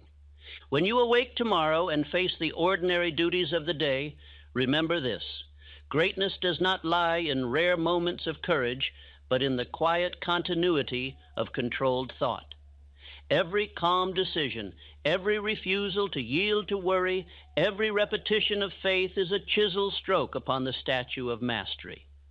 Do not measure progress by grand events. Measure it by the increasing steadiness of your mind. The man who can remain calm in small matters prepares himself for calmness in great ones. You may look upon your life now and see areas still unfinished, dreams still distant, goals not yet within reach. Be not discouraged. Faith's work is often invisible until the final moment of manifestation. The seed does not reveal its growth to the eye, yet it pushes upward through the soil each night. So too do your affirmations, your repetitions, your nightly declarations of strength. They work unseen until the day they break forth as new reality. Remember, faith is cumulative. Each repetition, though it may seem small, adds its power to the next. Each moment of calm strengthens the habit of calm. Each decision made from confidence builds the reflex of confidence. In time, these small deposits of thought form an unshakable fortune of inner stability. That is true wealth. The wealth that no fluctuation of the market, no criticism of man, no turn of fortune can diminish. You have seen how men of history built empires and inventions upon this foundation. Carnegie's steel, Ford's engines, Edison's light, all were born from minds so saturated with faith that doubt found no entrance. Yet know this: these men were not chosen by destiny. They chose destiny through belief. You may do the same. The law that served them serves you. The universe plays no favorites. It merely obeys conviction. And if ever the whisper of fear should attempt to return, and it will, for habits do not die without resistance, meet it not with anger, but with awareness. Smile upon it as one might smile upon a ghost that has lost its substance. Say quietly, "You no longer rule here." Fear will fade, for it can only live where it is believed. Belief is its breath. Denial of belief is its death. You must understand the sacred economy of thought. Whatever you pay attention to increases in power. Attention is the currency of creation. When you spend it upon fear, you purchase anxiety. When you invested in faith, you purchased peace and progress. Guard your attention as you would guard your treasure, for it shapes not only your nights, but your destiny. In the early days of this new practice, you may find yourself tempted to measure results by outer signs, by the praise of others, the gain of money, or the removal of difficulty. Resist this temptation. These are but shadows of true change. The real measure of progress is inner stillness. When a man's mind no longer sways with circumstance, he has already achieved the highest success. For from that stillness flows wisdom, direction, and power to produce whatever outer results he desires. Every success story, when stripped of details, reveals the same pattern. An individual decides upon a goal, believes in its certainty, repeats that belief until it becomes identity, and acts in harmony with that identity until the world conforms. There is no mystery. There is only law. And the man who knows this law no longer waits for opportunity. He creates it. Let us consider a truth many overlook. Faith is not absence of challenge. Faith is mastery through challenge. It is the ability to hold one's mental picture steady while the outer world trembles. The man of faith walks through chaos as though it were order, because he knows order will eventually emerge. He trusts the law that unseen cause precedes visible effect. Such a man is unhurried, undisturbed, unstoppable. Do not think that faith must always feel strong. There will be nights when conviction feels faint, when the old habits of fear whisper their familiar lies. In such moments, remember this: persistence is faith in motion. Continue your practice. Repeat your affirmations even when they seem lifeless. Continue the discipline of calm breathing, deliberate thought, and repetition. For habit, once established, sustains faith when emotion wanes, and emotion, once rekindled, strengthens habit. Together, they form an unbreakable circle. Say within yourself, "My faith endures beyond feeling." These words are armor against doubt. They remind the subconscious that faith is not emotion but decision, a decision reaffirmed nightly until it becomes permanent. Emotion fluctuates, decision endures. Let your faith be built upon decision, not upon mood, and it will outlast every season of uncertainty. When you awaken each morning, begin the day as you end it, with thought. Before you rise, speak to the mind. This day is mine to command. I carry within me the law of faith. This instruction prepares the subconscious to direct your conduct. It aligns the faculties of the mind toward harmony with success. You will find yourself guided toward the right people, the right actions, the right opportunities, not by magic, but by mental law operating in precision. As your faith strengthens, you will notice a curious reversal in your relationship with the world. Where once you sought validation from others, you will now find others seeking validation from you. Where once you depended upon circumstances to feel secure, you will now feel secure regardless of circumstances. Where once you awaited proof of your worth, you will now radiate worth and draw proof to yourself. This is the natural evolution of a disciplined mind. It may seem to you that you have been reborn. In truth, you have merely remembered your original self, the self unscarred by fear, unweakened by doubt, unburdened by hesitation. That self is the truest expression of the infinite intelligence from which all men spring. When you live from that self, your actions carry the force of divine law. Obstacles yield before you because they must. The universe cannot resist a mind aligned with its own creative rhythm. Understand this clearly. Faith is not blind trust in luck, but conscious cooperation with universal principle. The same intelligence that moves the planets and turns the seasons flows through your thought. You need not petition it. You need only harmonize with it. Each time you affirm faith, you tune your mind to that frequency. Each time you dwell in calm, you prove your unity with that intelligence. And each time you act with confidence, you become its instrument. There will come a moment, perhaps soon, when you will look upon your former self with wonder. You will recall the anxious nights, the restless thoughts, the doubts that once ruled you, and you will smile. For they will seem as distant as childhood dreams. You will marvel at how easily they lost their grip once you withdrew belief from them. And in that moment, gratitude will fill you, not for miracles performed upon you, but for mastery discovered within you. Gratitude is the twin of faith. The man who is thankful for what he already possesses opens the door to greater abundance. Each night, before sleep, express silent gratitude for the progress you have made. Give thanks for your calm, your courage, your clarity. Give thanks for the challenges that test your faith, for they strengthen it. Give thanks even for the remnants of fear, for they remind you of the height from which you have risen. Gratitude multiplies all it touches. Say quietly, I am grateful for my faith. This single statement aligns your thought with abundance. The mind cannot hold gratitude and fear at once. One must yield to the other. And as gratitude deepens, fear dissolves entirely. I have witnessed many men rise from poverty, sickness, and despair through the disciplined application of faith. I have seen men once broken by failure rebuild their fortunes through the persistent use of right thought. I have seen timid souls become leaders, doubters become visionaries, and drifters become masters of destiny. None of these transformations were accidents. They were the results of nightly practice, of repetition, emotion, imagination, and decision united under the law of faith. You stand now among that company. You have mastered the same principles. The structure of your mind has been rebuilt. The habits of fear have been replaced by habits of conviction. The old patterns of indecision have been supplanted by the reflex of clarity. The timid voice within has grown firm. The creative imagination, once misused, now builds paths toward success. The identity once borrowed from doubt has been replaced by one of strength.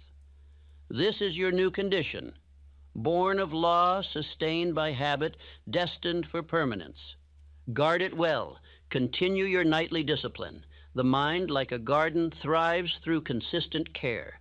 Do not abandon the practice once the first fruits appear. Repetition must remain your ally, for it is the guardian of faith.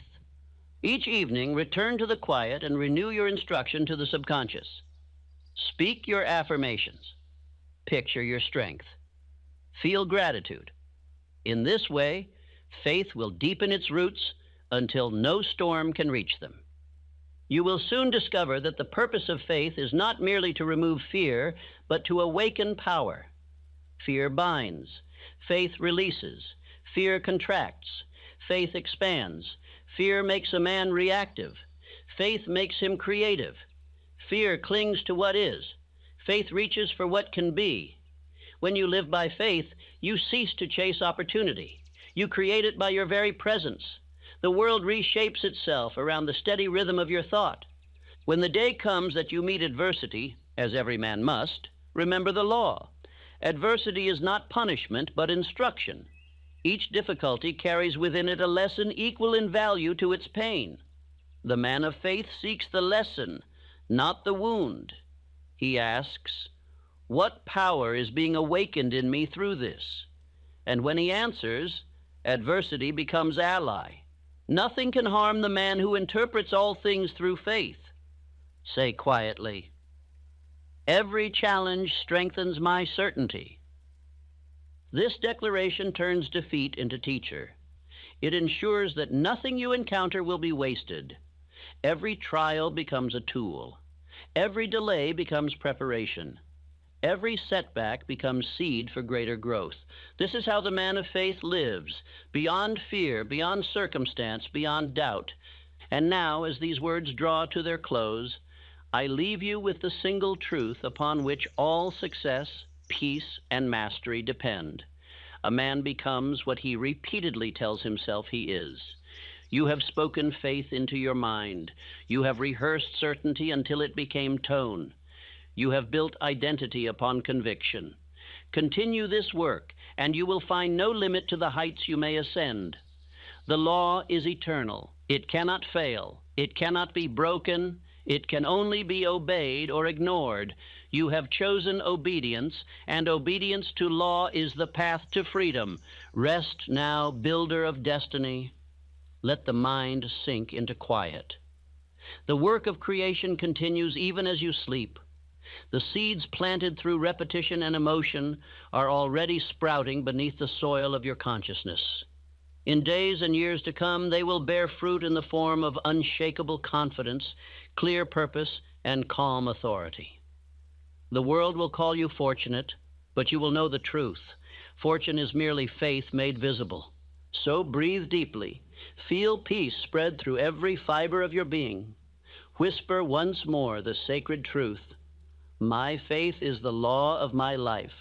Let it echo through the corridors of your mind until it reaches the farthest chambers of the subconscious. Let it settle there as permanent command. For from this night forward, that law will govern every thought, every feeling, every action.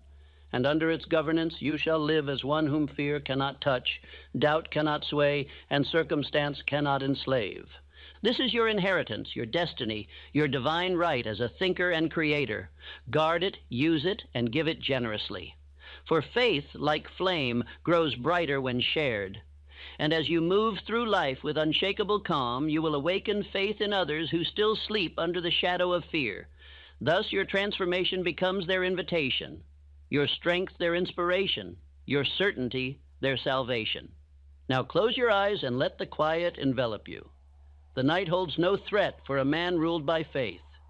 The unseen powers that move the stars are the same powers moving within you.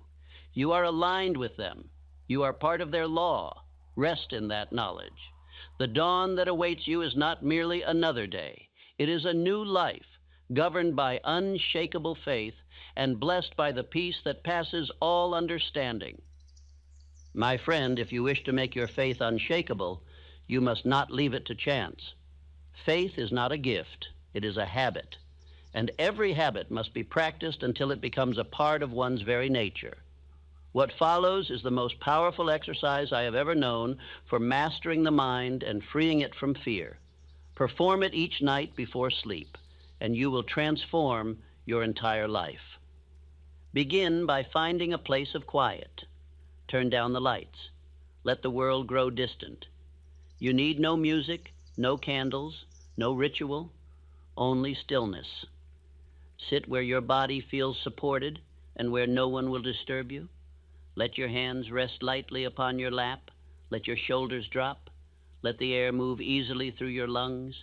You are entering the workshop of your mind. Close your eyes. For a few breaths, simply notice the rhythm of your chest. Each exhalation releases the weight of the day. Each inhalation gathers strength for what is to come. If stray thoughts appear, do not fight them. Let them drift by like clouds. You are not your thoughts. You are the one who commands them. This awareness alone begins the training of faith. Picture before you a chalkboard upon which all your worries are written. One by one, you will erase them.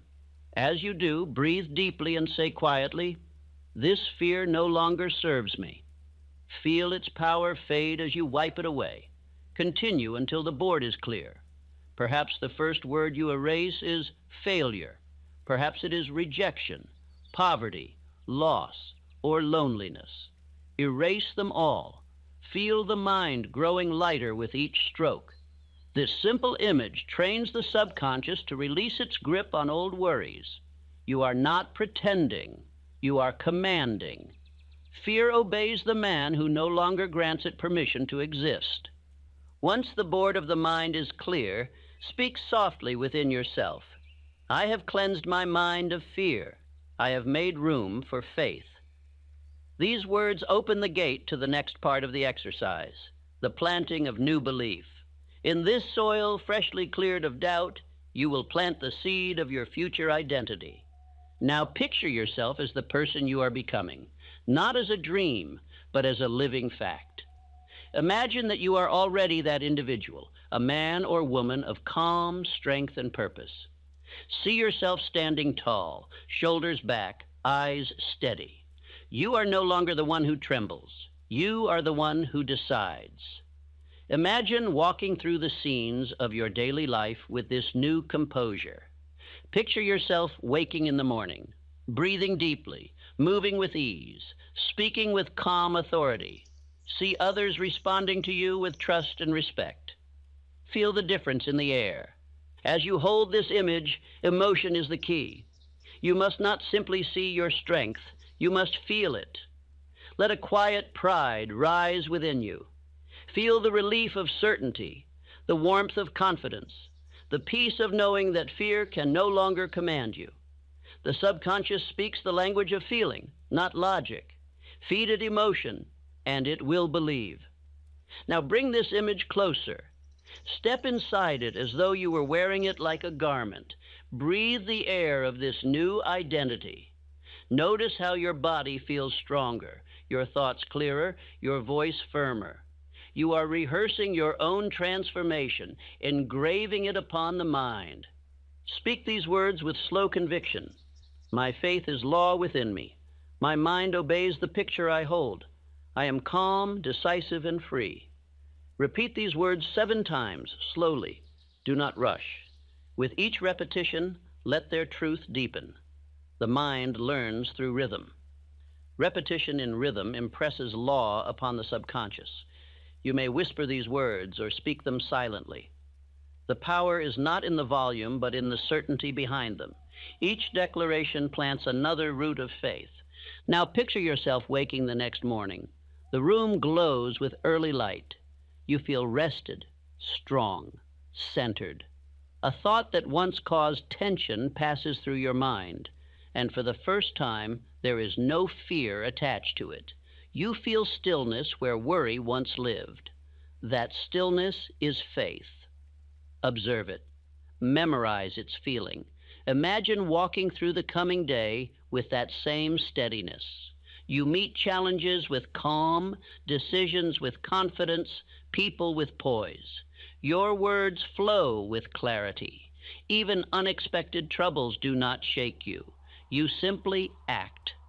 Say softly, I walk in calm assurance. I act from faith, not from fear. These are the marching orders you give to your mind for tomorrow. Each night you repeat them. You reinforce the reflex of faith.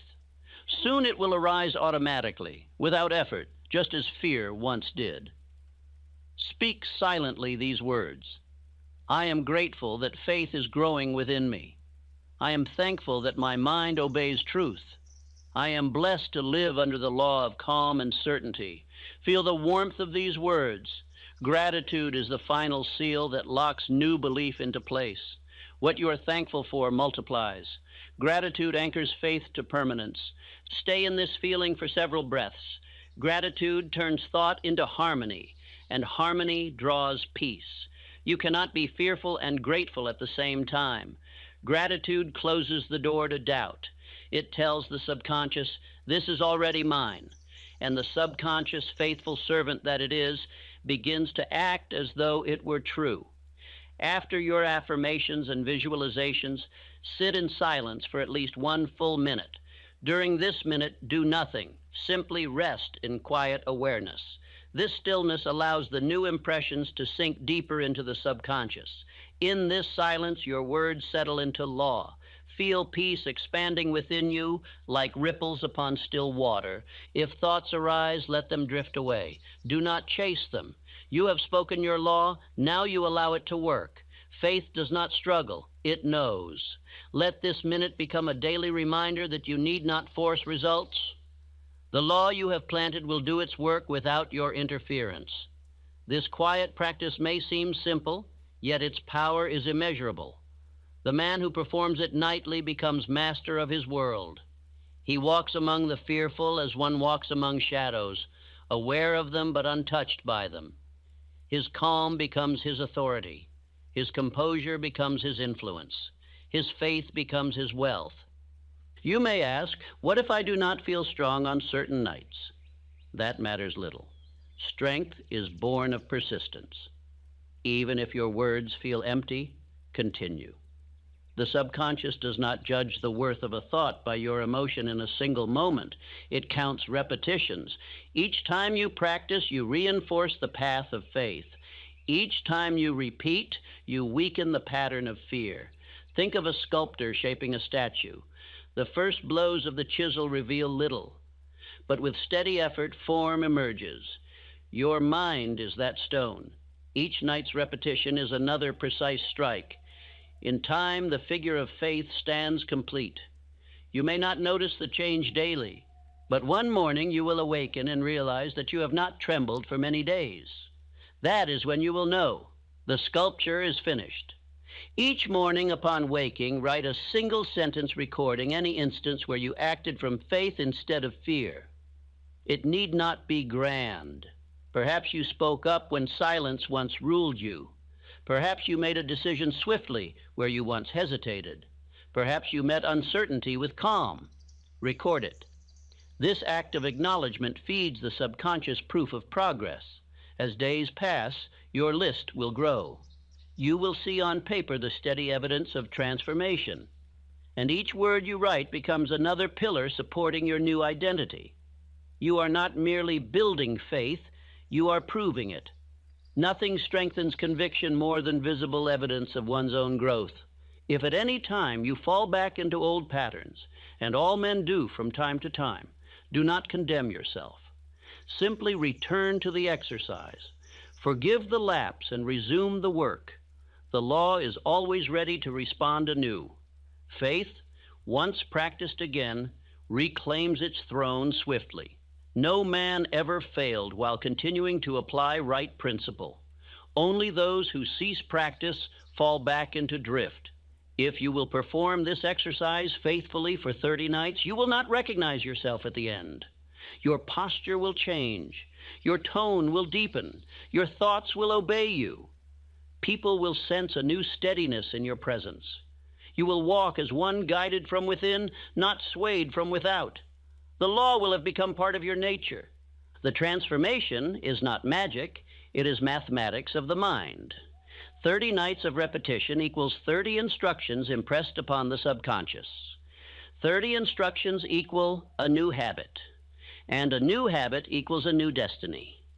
This is the arithmetic of faith. Say quietly, "My nightly practice shapes my world." These words remind the mind that all outer success begins in inner discipline. Every fortune ever built, every empire ever created, every freedom ever won began with thought repeated until it became identity. You are engaging the same law that built the pyramids, launched inventions, and lifted men from poverty to greatness. In time, you will no longer need to perform the full sequence consciously. The process will happen naturally. Your mind will erase fear automatically, picture strength effortlessly, and awaken gratitude without command. When that day arrives, you will know that faith has become your permanent state. You will have become one of the few who truly live by law rather than emotion. Until then, continue the exercise nightly. Treat it as sacred. Do not hurry through it as a task to be completed. Approach it as a ceremony of the mind. You are not merely calming yourself, you are communing with infinite intelligence. You are tuning your private thought to the same frequency that governs the universe. After several weeks, you may wish to expand this practice with what I call the invisible council. Before sleep, picture in your imagination a group of men and women whose qualities you admire, thinkers, inventors, leaders, or saints. Imagine them seated before you as counselors. Ask them questions about your goals, your direction, your next step. Then sit in silence and listen. The answers that arise in your mind are the voice of intuition awakened by faith. Record them upon waking. You will be astonished by their accuracy. This practice connects your imagination with infinite intelligence. It trains you to trust the guidance that flows through faith. Fear blocks intuition. Faith unlocks it. The more you listen, the more clearly you will hear. The more you act upon what you hear, the faster your life will align with your desires. Let us review once more, so it may live clearly in your memory. Find stillness and breathe. Cleanse the mind of fear by erasing imagined worries. Create faith through vivid imagination of your stronger self. Declare your law with rhythmic affirmation. Envision tomorrow lived in calm mastery. Seal it with gratitude. Sit 1 minute in stillness to let the law take root. Record proof of progress each morning. These simple steps command the machinery of the subconscious mind. They transform drifting into direction, worry into will, fear into faith. There is a saying, faith without works is dead. This exercise is the work that gives faith its body. Through it, you prove belief by action. The man who performs it becomes a creator rather than a spectator. He ceases asking, will this work? And begins declaring, it is working. Close your eyes once more and take one final breath. Whisper softly, I am master of my mind. My mind obeys faith. Feel the stillness settle over you. This is not imagination. It is evidence. The subconscious has received your instruction. It will obey. Tonight, the law begins its work anew. Repeat this process faithfully each night. It requires no tools, no teacher, no wealth, no approval, only decision. Decide now that you will never again fall asleep without directing your mind toward faith. Do this for 30 nights, and you will have installed an unbreakable habit. Do it for 90 nights, and your faith will become second nature. Do it for a lifetime, and fear will have no memory of ever having known you. I have offered you the simplest yet most profound exercise of the mind, a nightly meeting between you and the infinite. Perform it with sincerity, and you will live a life beyond the reach of ordinary fear. Perform it with devotion, and you will not only change your circumstances, you will change your destiny. Now, rest. The hour of faith has come. Let the quiet carry you. What you have spoken tonight will shape your tomorrow. Your mind, once divided, is now united under one command. Faith shall rule. Fear shall serve, and you, master of your own thought, shall walk each day with the dignity of one who has conquered himself. I have told you much of faith, yet the story is endless, for faith itself is life speaking through the mind of man. Every breath you take, every thought that crosses the bridge of consciousness is evidence that the unseen seeks constant expression through you. The power that hangs the stars does not rest at a distance. It labors within you even now, asking only that you give it shape through belief. When you understand this, you will no longer beg the universe for favor. You will command it through harmony. Faith is not a plea. It is agreement between your will and infinite intelligence. The moment you think in harmony with that intelligence, the universe bends in service. The mountains of doubt you once feared reveal themselves as mere fog, vanishing in the sunlight of decision. Every step you take in certainty multiplies your influence, for men follow those who walk as if guided by an unseen map. You must therefore guard the atmosphere of your mind with the same vigilance that a builder guards the foundation of his temple. Allow no idle word of failure to enter it. Let no whisper of limitation remain unchallenged. Each time you hear yourself speak weakness, replace it with strength. Say quietly, I am guided by law, therefore I cannot fail. Say it again until the words gain weight. Thought, once repeated with feeling, becomes an invisible magnet drawing conditions to match it. The mind never rests. Even in sleep, it continues to organize belief into fact, hence the importance of direction. Give the mind noble instruction, and it will produce noble results. Leave it unattended, and it will reproduce the weeds of yesterday. The difference between genius and mediocrity lies not in talent, but in attention. Genius watches its thoughts. Mediocrity ignores them. You have chosen to watch. Continue. Let no man persuade you that outer circumstance governs destiny. Circumstance is servant, not master. It merely mirrors the tone of your inner state. If the tone is confusion, the world echoes confusion. If the tone is order, the world becomes orderly. Hold yourself at peace within, and peace will begin to form around you. I have witnessed men transform whole industries by transforming first the vibration of their own thought. They acted from faith when others waited for proof. Proof followed them as shadow follows light. Do likewise. The timid will call it arrogance, the doubtful will call it luck, but you will know it as law. Every great enterprise begins as a quiet conviction within one mind, daring to believe while others hesitate. To sustain this conviction, you must continue the nightly discipline that has brought you this far. Let it become as natural as breath. The repetition of faith is the maintenance of harmony. Just as the heart must beat continually to preserve life, the mind must repeat belief to preserve power. Neglect this, and the old rhythm of fear attempts to return. Fear never dies, it merely sleeps, waiting for the idle hour. Keep it sleeping by feeding faith daily. When you feel weary, remind yourself that every act of persistence compounds strength. Muscles grow through use, so too does mastery. The man who repeats truth in weariness becomes unbreakable. His very fatigue hardens into endurance. You may find as faith deepens that your desires begin to change. What once appeared as ambition may fall away, replaced by purpose. You will cease chasing wealth for display and begin attracting abundance for usefulness. You will cease seeking power for control and begin expressing power through service. This is not loss, it is evolution. The higher mind seeks harmony, not competition. It delights in creating, not conquering. When faith matures, it reveals that success and peace are not separate. They are the same state viewed from different sides. A calm mind produces prosperity as naturally as fertile soil produces harvest. Do not fear solitude, for in solitude faith speaks most clearly. The noise of the crowd confuses conviction.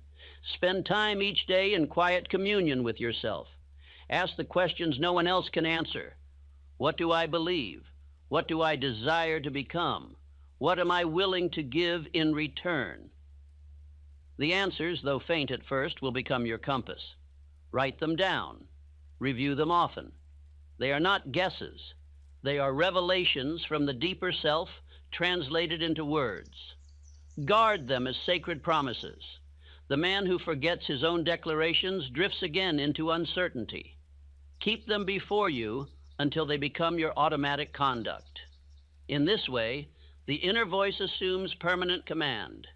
Every act of your life henceforth should express one quality, certainty. When you speak, let certainty color your tone. When you decide, let certainty guide your hand. When you walk, let certainty shape your posture. This steady composure will do more to attract opportunity than any outward show of effort. Men are drawn to the tranquil as ships are drawn to harbor. They will seek your presence not for what you can give them, but for what they feel in your company. That feeling is faith. You will become to them a living example of invisible law made visible. Some will ask for your secret. Tell them, I think in faith until faith becomes fact. No clearer explanation exists. Beware, however, of pride. The moment you believe yourself greater than another, fear returns disguised as superiority. True faith is humble, for it knows that all power flows from one source. The wise man bows before this truth and thereby commands it. The fool attempts to control it and finds himself enslaved by his own arrogance. Keep your heart open. Recognize the divine spark in all men, even those who resist you. Their resistance is ignorance, not evil. You conquer ignorance not by attack, but by example. Let your calm be their teacher. A single man of faith standing among the fearful is mightier than 1,000 soldiers. When obstacles arise, as they surely will, meet them with the smile of understanding. They are not sent to punish, but to polish. Each challenge exposes some fragment of doubt still hidden within you. Face it, master it, and your power grows. I have lived long enough to know that the size of one's problem measures the strength of one's potential. The mountain that seems insurmountable today will tomorrow stand as monument to your perseverance. Therefore, when adversity greets you, say quietly, "Here comes my next degree of strength." Then go forward. Faith delights in testing itself. You will discover that the greatest battles are fought not in the marketplace, but in the mind. The thoughts you entertain at dawn, the tone with which you greet the morning, the interpretation you give to events, these determine your victories. Train yourself to begin each day with affirmation of power. Before the world demands your attention, give attention to truth. Whisper upon waking, "This day is under my command, for I think in harmony with law." Then rise and act as if it were so. Habit will soon make it so. Each morning thus claimed becomes another stone in the fortress of your faith.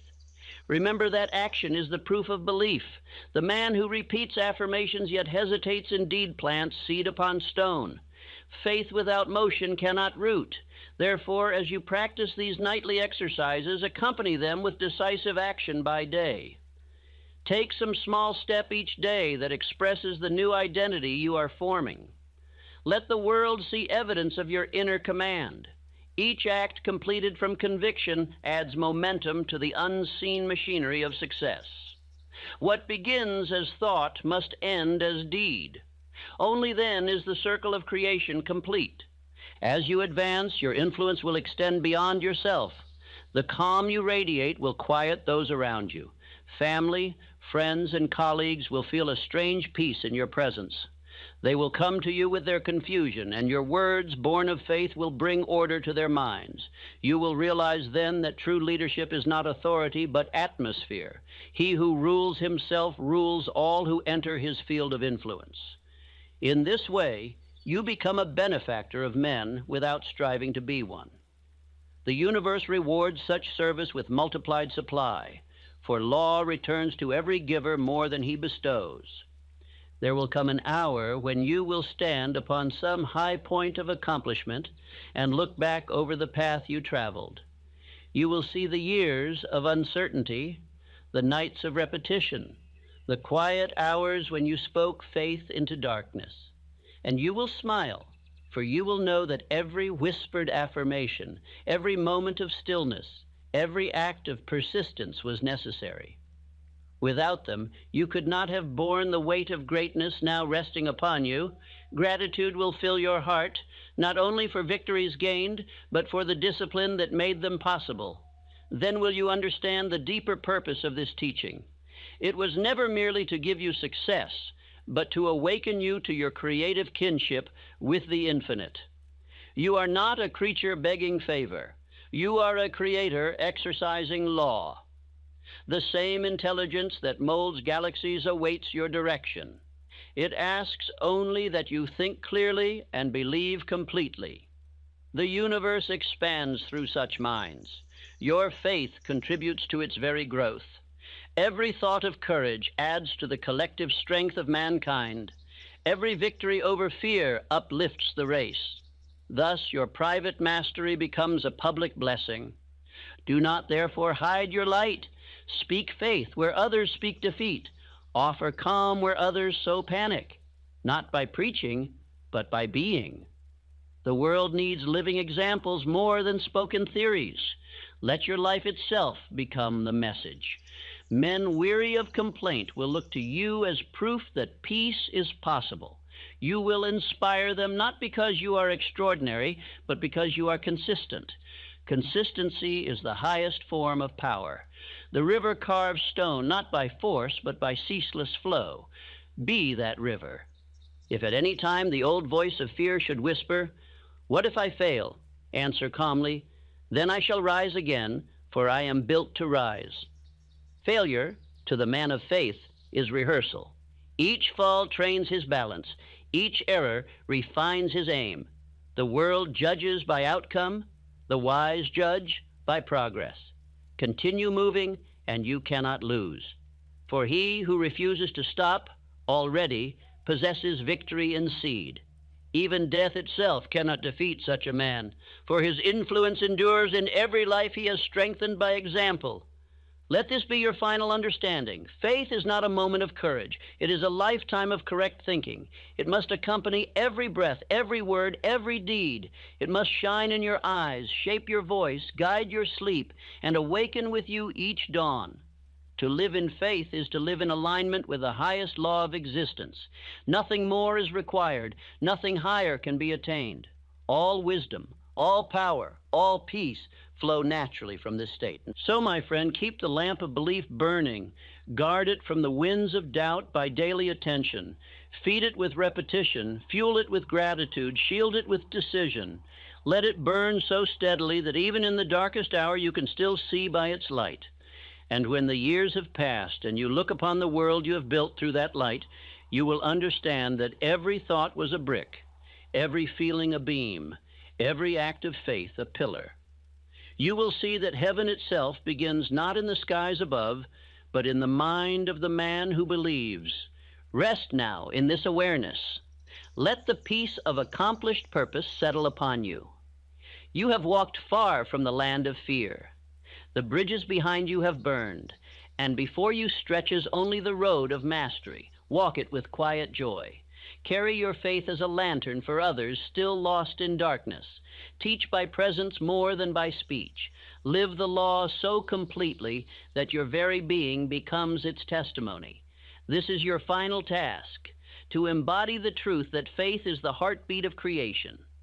When you live by that truth, nothing can shake you, nothing can diminish you, and nothing can end you, for you have become one with the eternal rhythm of success itself. There is a moment in the life of every awakened soul when he looks upon himself and realizes that the battle he thought was against the world was never outside at all. He sees that every foe was fashioned in his own imagination and armed by his own belief. He sees that fear was only thought misdirected, that doubt was faith reversed, that failure was faith applied to the wrong picture. When that realization dawns, a man becomes new. He ceases to live as a victim of circumstance and begins to live as an architect of law. That is the state toward which every teaching in these pages has carried you. From this night forward, you must remember that your mind is a living workshop. It does not rest. It does not argue. It does not choose for itself. It takes whatever thought you lay upon its bench and fashions it into form. If you lay upon it the thought of weakness, it will mold weakness into habit. If you lay upon it the thought of strength, it will mold strength into character. The mind is loyal beyond reason. Give it faith, and it will build faith's empire. Give it fear, and it will build fear's prison. You alone decide which structure shall rise. Each morning that you open your eyes, you awaken not into the world that others see, but into the world that you yourself have shaped through yesterday's belief. The man who starts his day with confidence enters a universe eager to reward him. The man who starts with hesitation finds every door barred. Life reflects the tone of its master. If you wish for the outer world to change, alter the vibration of the inner. The world cannot resist the command of one who walks in the rhythm of certainty. I have stood in the presence of men who commanded millions and men who could not command themselves. The difference was invisible yet unmistakable. One carried calm authority. The other carried invisible chains. The first had trained his mind to obey. The second had never issued a clear order. You too will be measured by that same invisible standard. When the world feels steadiness in your tone, it will answer you with respect. When it feels confusion, it will pass you by. Speak with the voice of decision, and the universe will echo your command. Faith, when rightly understood, is not hope. It is certainty. Hope waits for proof. Faith creates proof. Hope looks to circumstance for permission. Faith looks only to law. You must therefore replace every timid wish with a definite statement of intention. Say, I will, not I wish. Say, it is done, not I hope it will be. The subconscious obeys declarations, not inquiries. Each night before sleep, speak the truth you desire until it feels as real as breath. The next morning, act as though it could not fail. That is the bridge between thought and manifestation. You may be surrounded by men who mock such confidence, who call it arrogance or folly. Let them. The world has always ridiculed faith until it sees the results. The crowd laughed at the Wright brothers before they flew. It doubted Ford before he rolled his first car from the shop. It pitied Edison before he illuminated a city. Faith is always solitary at first. It stands alone until the law vindicates it. Stand alone if you must. Better solitude with conviction than company with confusion. Do not forget that faith requires maintenance. You would not expect a lamp to burn without oil, yet many expect confidence to endure without nourishment. Replenish it daily with reading, reflection, and repetition. Feed it noble ideas. Guard it from gossip, from cynicism, from those who speak only of limitation. These things are poison to faith. A single hour spent in complaint can undo the good of a week's discipline. Surround yourself with those who believe in growth. If such company is scarce, keep company with silence. It is safer than the speech of the fearful. As you continue in this practice, you will come to understand that faith is more than a tool for success. It is a revelation of your unity with the infinite. You will sense an unseen presence guiding you, arranging circumstances, introducing you to the right people, placing the correct ideas in your path. This is not accident, it is cooperation. When the mind vibrates in harmony with divine order, all things necessary to its fulfillment begin moving toward it. The man of faith does not chase opportunity, he magnetizes it. You will also learn that true peace does not come from the absence of challenge, but from the mastery of reaction. Storms will still blow, but they will no longer disturb you. The same wind that destroys a weak tree strengthens a rooted one. Let every trial sink your roots deeper into conviction. Say, I cannot be shaken, for my foundation is faith.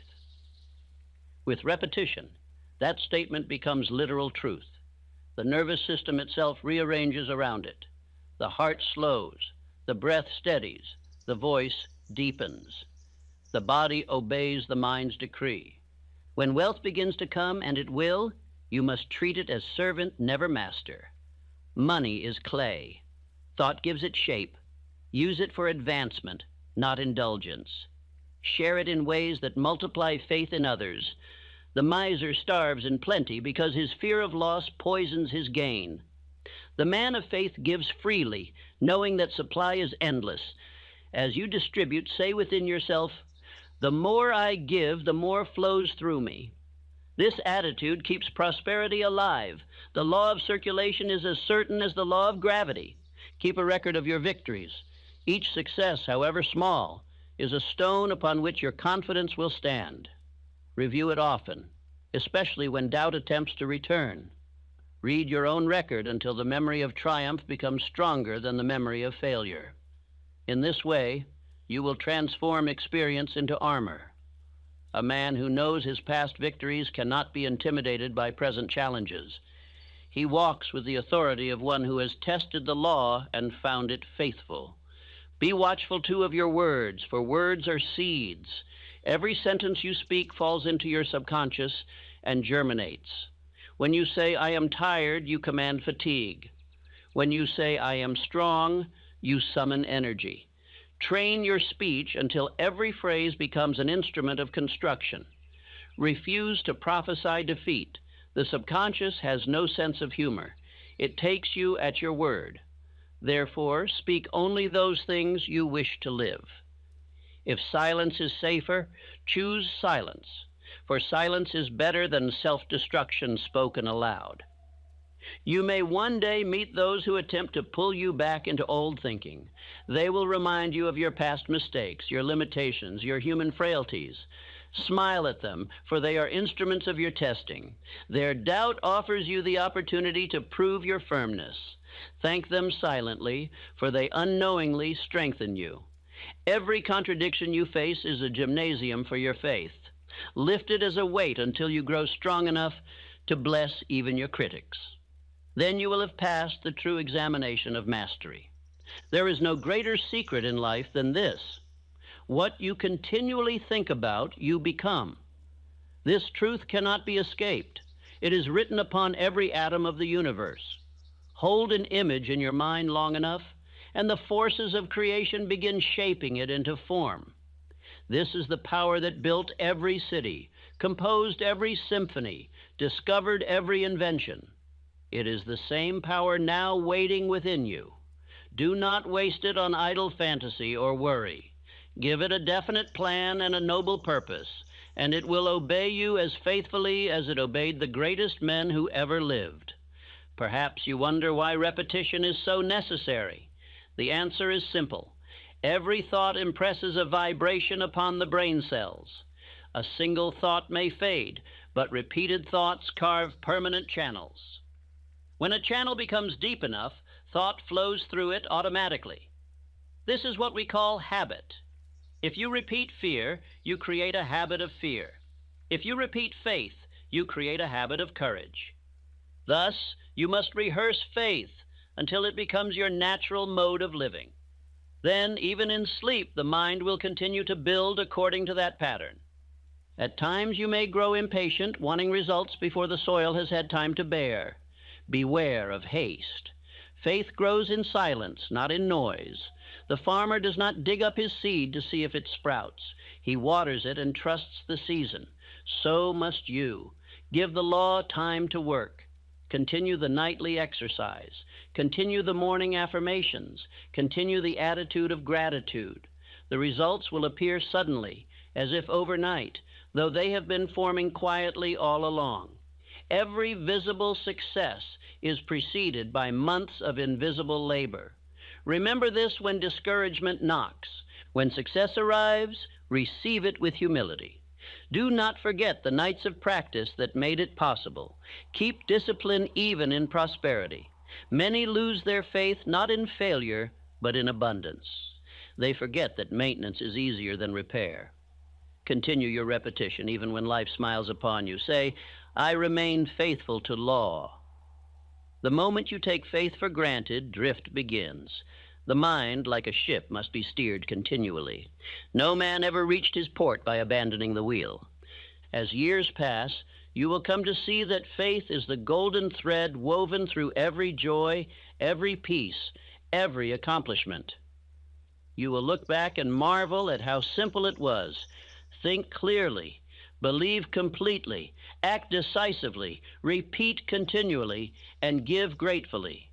The world will call this wisdom mysterious. You will call it natural. For when law is understood, it becomes as plain as daylight. Complexity is the cloak of ignorance. Simplicity is the robe of truth. Faith is simplicity in its purest form. There will be moments when you will walk alone, but even solitude will feel like companionship, for you will sense the presence of that infinite intelligence with which your mind has become familiar. It will speak in hunches, in quiet urgings, in sudden flashes of idea. It will warn you when danger lurks, inspire you when courage is required, comfort you when sorrow visits. This inner partnership is the highest reward of faith. Once established, it cannot be broken. A man who listens to that voice walks with divine counsel wherever he goes. And when at last you near the end of your earthly journey, you will have no fear of what lies beyond. For faith, having conquered every smaller fear, conquers the final one as well. You will close your eyes not in dread, but in understanding. You will know that you have lived according to law, and that law continues beyond the veil. You will pass onward as calmly as you once drifted into sleep, certain that consciousness can never die, for it is one with the infinite life from which it came. This is the ultimate peace promised by faith. Until that hour, live richly, think nobly, act courageously. Let every sunrise find you expectant of good. Let every sunset find you grateful for its proof. Keep your mind fixed upon the highest, and the highest will claim you. Remember always that you are a creator, not a creature, a commander, not a captive, a thinker, not a drifter. Let these truths govern your every breath. And when others ask how you accomplish so much with such serenity, tell them only this: I believed, I acted, and I persisted until faith became law within me. Now, as my words draw to their quiet end, I leave you where all great journeys conclude, within yourself. Everything you seek lies already in the depths of your own consciousness. The gold mine of power is there, waiting for the pick of disciplined thought. Dig daily, and you will never know poverty of any kind. Guard that inner field as sacred ground, for from it springs every harvest of peace, health, wealth, and joy. Treat your mind as your kingdom and faith as your crown. Rule wisely, and the empire of your life will extend without limit. Breathe once more with calm assurance. Feel the rhythm of infinite life moving through you. Know that you are part of it, not apart from it. Let that knowing be your final instruction. Walk henceforth as one who cannot be shaken, cannot be lost, cannot be denied. For you are guided by the everlasting law of faith, and that law, once obeyed, never fails. There comes a time when words fall silent, yet understanding continues to speak. I have guided you through law and practice, but now you must feel that law as part of your very heartbeat. For truth cannot live as information. It must breathe as experience. You have spoken faith each night, repeated its creed, imagined its power. Now you must become it. Faith must not be something you practice, it must be what you are. When that realization settles upon the mind, you will walk the earth as calmly as the stars move through the heavens, steady, luminous, certain. The power that fashioned the universe did not intend you to tremble before it. It intended you to cooperate with it. When you think in harmony with its rhythm, the same intelligence that spins the galaxies begins to spin circumstances for your good. This is not miracle. It is correspondence. A note tuned to the right pitch will cause every string in the room to vibrate in sympathy. Likewise, one mind attuned to faith causes every opportunity of similar nature to vibrate toward it. That is why the man of faith seems favored by chance. Chance has nothing to do with it. Law does. To live by this understanding, you must cease measuring time by hours and begin measuring it by states of mind. An hour spent in worry destroys what a month of labor builds. But a single minute spent in clear conviction can repair what years of doubt have undone. Therefore, guard your moments. Before you speak, before you act, before you decide, pause inwardly and ask, does this thought carry faith or fear? Choose faith, and the outcome will shape itself accordingly. Habit will make this question instinctive, and instinct will make it law. You will find that the world responds faster than you once believed.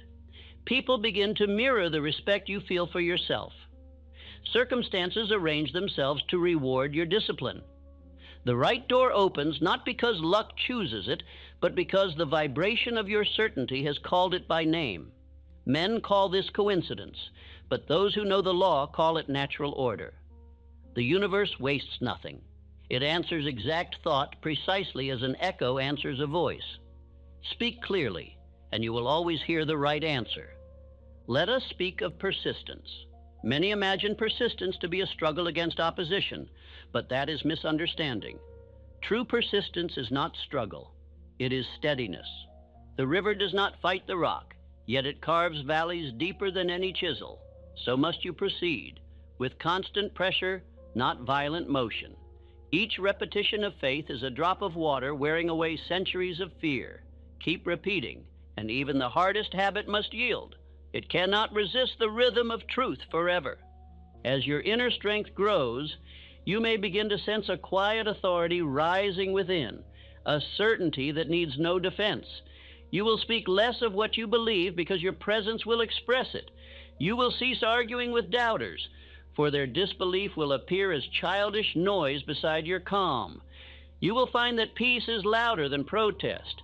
When you reach this stage, you have become a living demonstration of principle. That is the point where teaching ends and embodiment begins. To maintain this composure, remember that faith has its own rhythm, like breath. Inhale confidence, exhale tension. Take this simple act as sacred practice. Each breath affirms that life flows through you, not against you.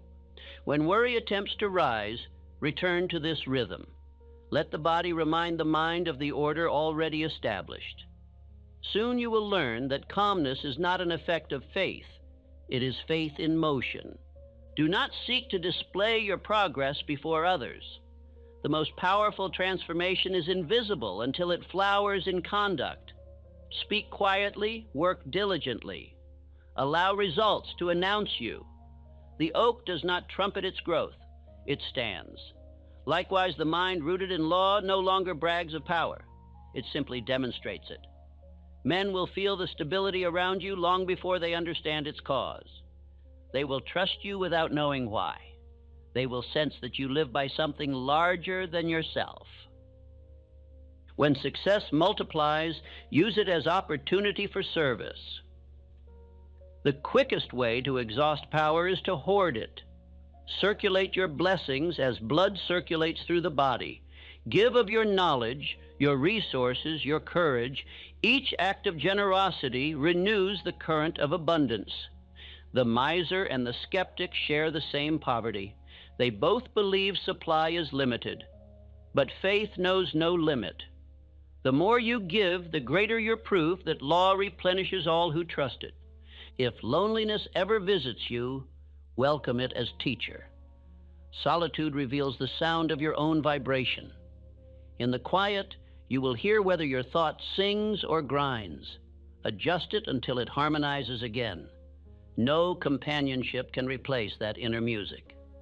Once you hear it, you will never again depend on approval for peace. Approval may flatter the surface, but only inner harmony satisfies the core. Make that harmony your companion, and you will walk with confidence even through empty halls. Remember always that imagination is the bridge between the visible and the invisible.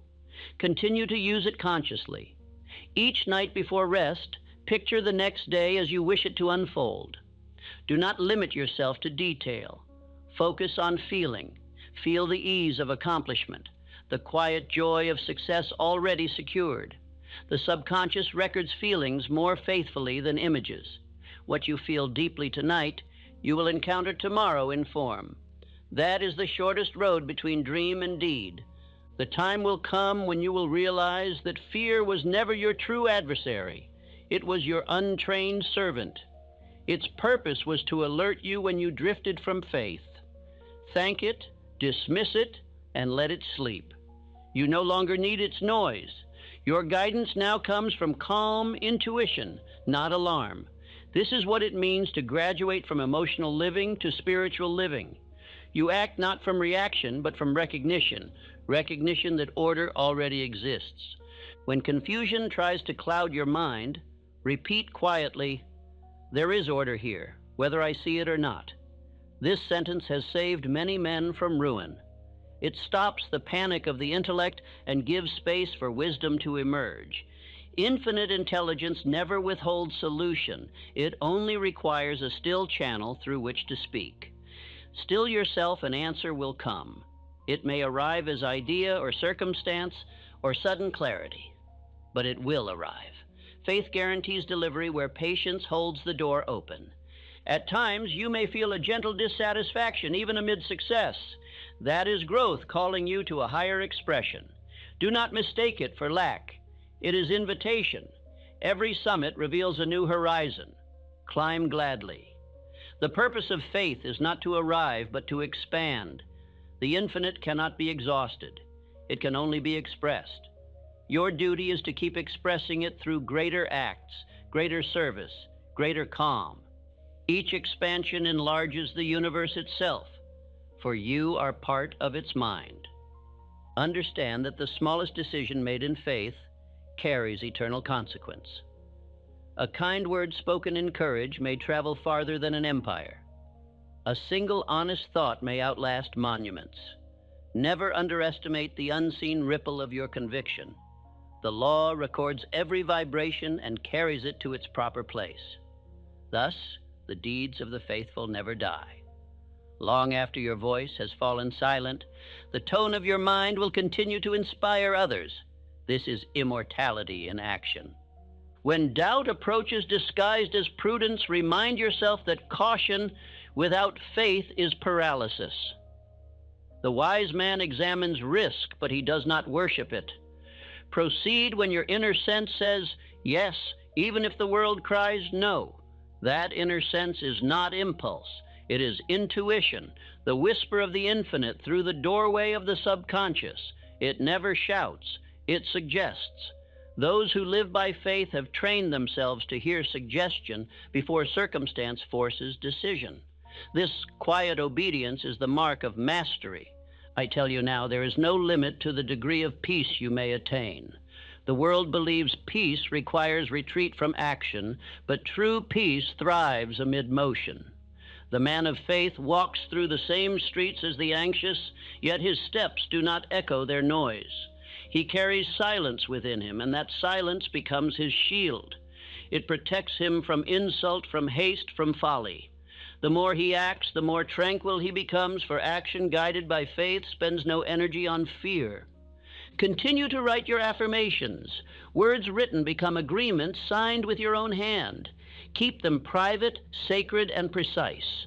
Let each sentence affirm what is already true in principle, that you are guided, capable, calm, and secure. Read them at dawn and at dusk. The subconscious loves ritual. It recognizes rhythm as law. Every repetition strikes another note upon the inner strings of power until the melody of certainty plays of itself. One day you will smile and realize that your own thoughts sing to you. You may meet skeptics who say, thought alone cannot change the world. Smile, for you know thought is the only thing that ever has. Every invention, every reform, every empire began as an idea in one determined mind. Action without idea is blind movement. Idea without faith is stillborn. The union of idea and faith creates civilization. You are practicing that union each night. The same creative energy that built nations now builds your character and your destiny. Let love accompany your faith. They are twins born of the same source. Faith without love becomes rigid. Love without faith becomes weak. Together they form invincible gentleness. Approach each person as a partner in the same invisible order. See their potential even when they cannot. Your belief in another's worth may awaken it. That is the highest use of faith, to extend it beyond oneself until it redeems the world around. The universe grows kinder each time a single man decides to believe in another's possibility. I have often said that every adversity carries the seed of equal benefit. Let me add now that every benefit carries the seed of new responsibility. When life grows easy, redouble your discipline. Ease tempts the mind to drift. Drifting is death to faith. Keep your purpose alive through constant gratitude. Each night, review what went well, however small. Gratitude is the guardian of progress. It keeps the channel of supply clean of pride and forgetfulness. The thankful heart cannot drift far from law. Should grief ever touch you, and it will, for faith does not shield from loss, let it deepen rather than destroy you. Pain is pressure expanding understanding. Do not fight it. Let it carve new space within for greater compassion. Faith will fill that space with wisdom. The man who keeps faith during sorrow learns a secret even the joyful do not know, that love, power, and endurance are one substance. Sorrow may bend him, but it cannot break him. He emerges with eyes that see beyond appearance. Hold fast to your nightly routine. Even when travel or duty interrupts, close your eyes for 1 minute before sleep and repeat, "My mind is calm, my faith is law, tomorrow answers to me." That single minute keeps the current alive. The subconscious requires only reminder, not ceremony. A single spark of attention each night keeps the flame from fading. Consistency outweighs intensity. The slow drummer wins the march. Now picture your life as a circle widening outward through years to come. At the center stands faith. Every success, every friendship, every act of service will orbit that center. Keep it fixed, and the circle will expand forever without collapse. If ever you feel confusion, return to the center. Close your eyes, breathe, affirm, and remember who commands your thought. From that point of stillness, clarity will radiate again. Do not hurry to reach an imagined destination. The journey itself is sacred. Each repetition of belief refines your consciousness. Each calm decision adds polish to the mirror through which infinite intelligence sees the world. As your reflection grows clearer, greater power flows through you. This is the secret of all enduring greatness, constant refinement of consciousness. One day you will realize that faith has erased the boundaries between you and life itself. You will cease saying, "I believe in something outside," and begin saying, "I am that something believing through myself." Then creation will no longer feel foreign. It will feel familiar. You will have returned to your original estate, the awareness that you and the universe are expressions of one law, speaking one language, working toward one purpose. And so, my friend, as the last light fades and sleep prepares to gather you once more, remember this single truth. Faith is not an act performed at night. It is the dawn that follows. Everything you have learned here will continue through your dreams, through your days, through the years ahead, until faith itself no longer feels practiced, but natural as breath, as quiet as peace, as powerful as life. Let that faith guide your rest, shape your morning, and carry you gently through every hour yet to come. For once faith has taken its rightful throne, fear has nowhere left to live, and the man who has no fear has already touched eternity.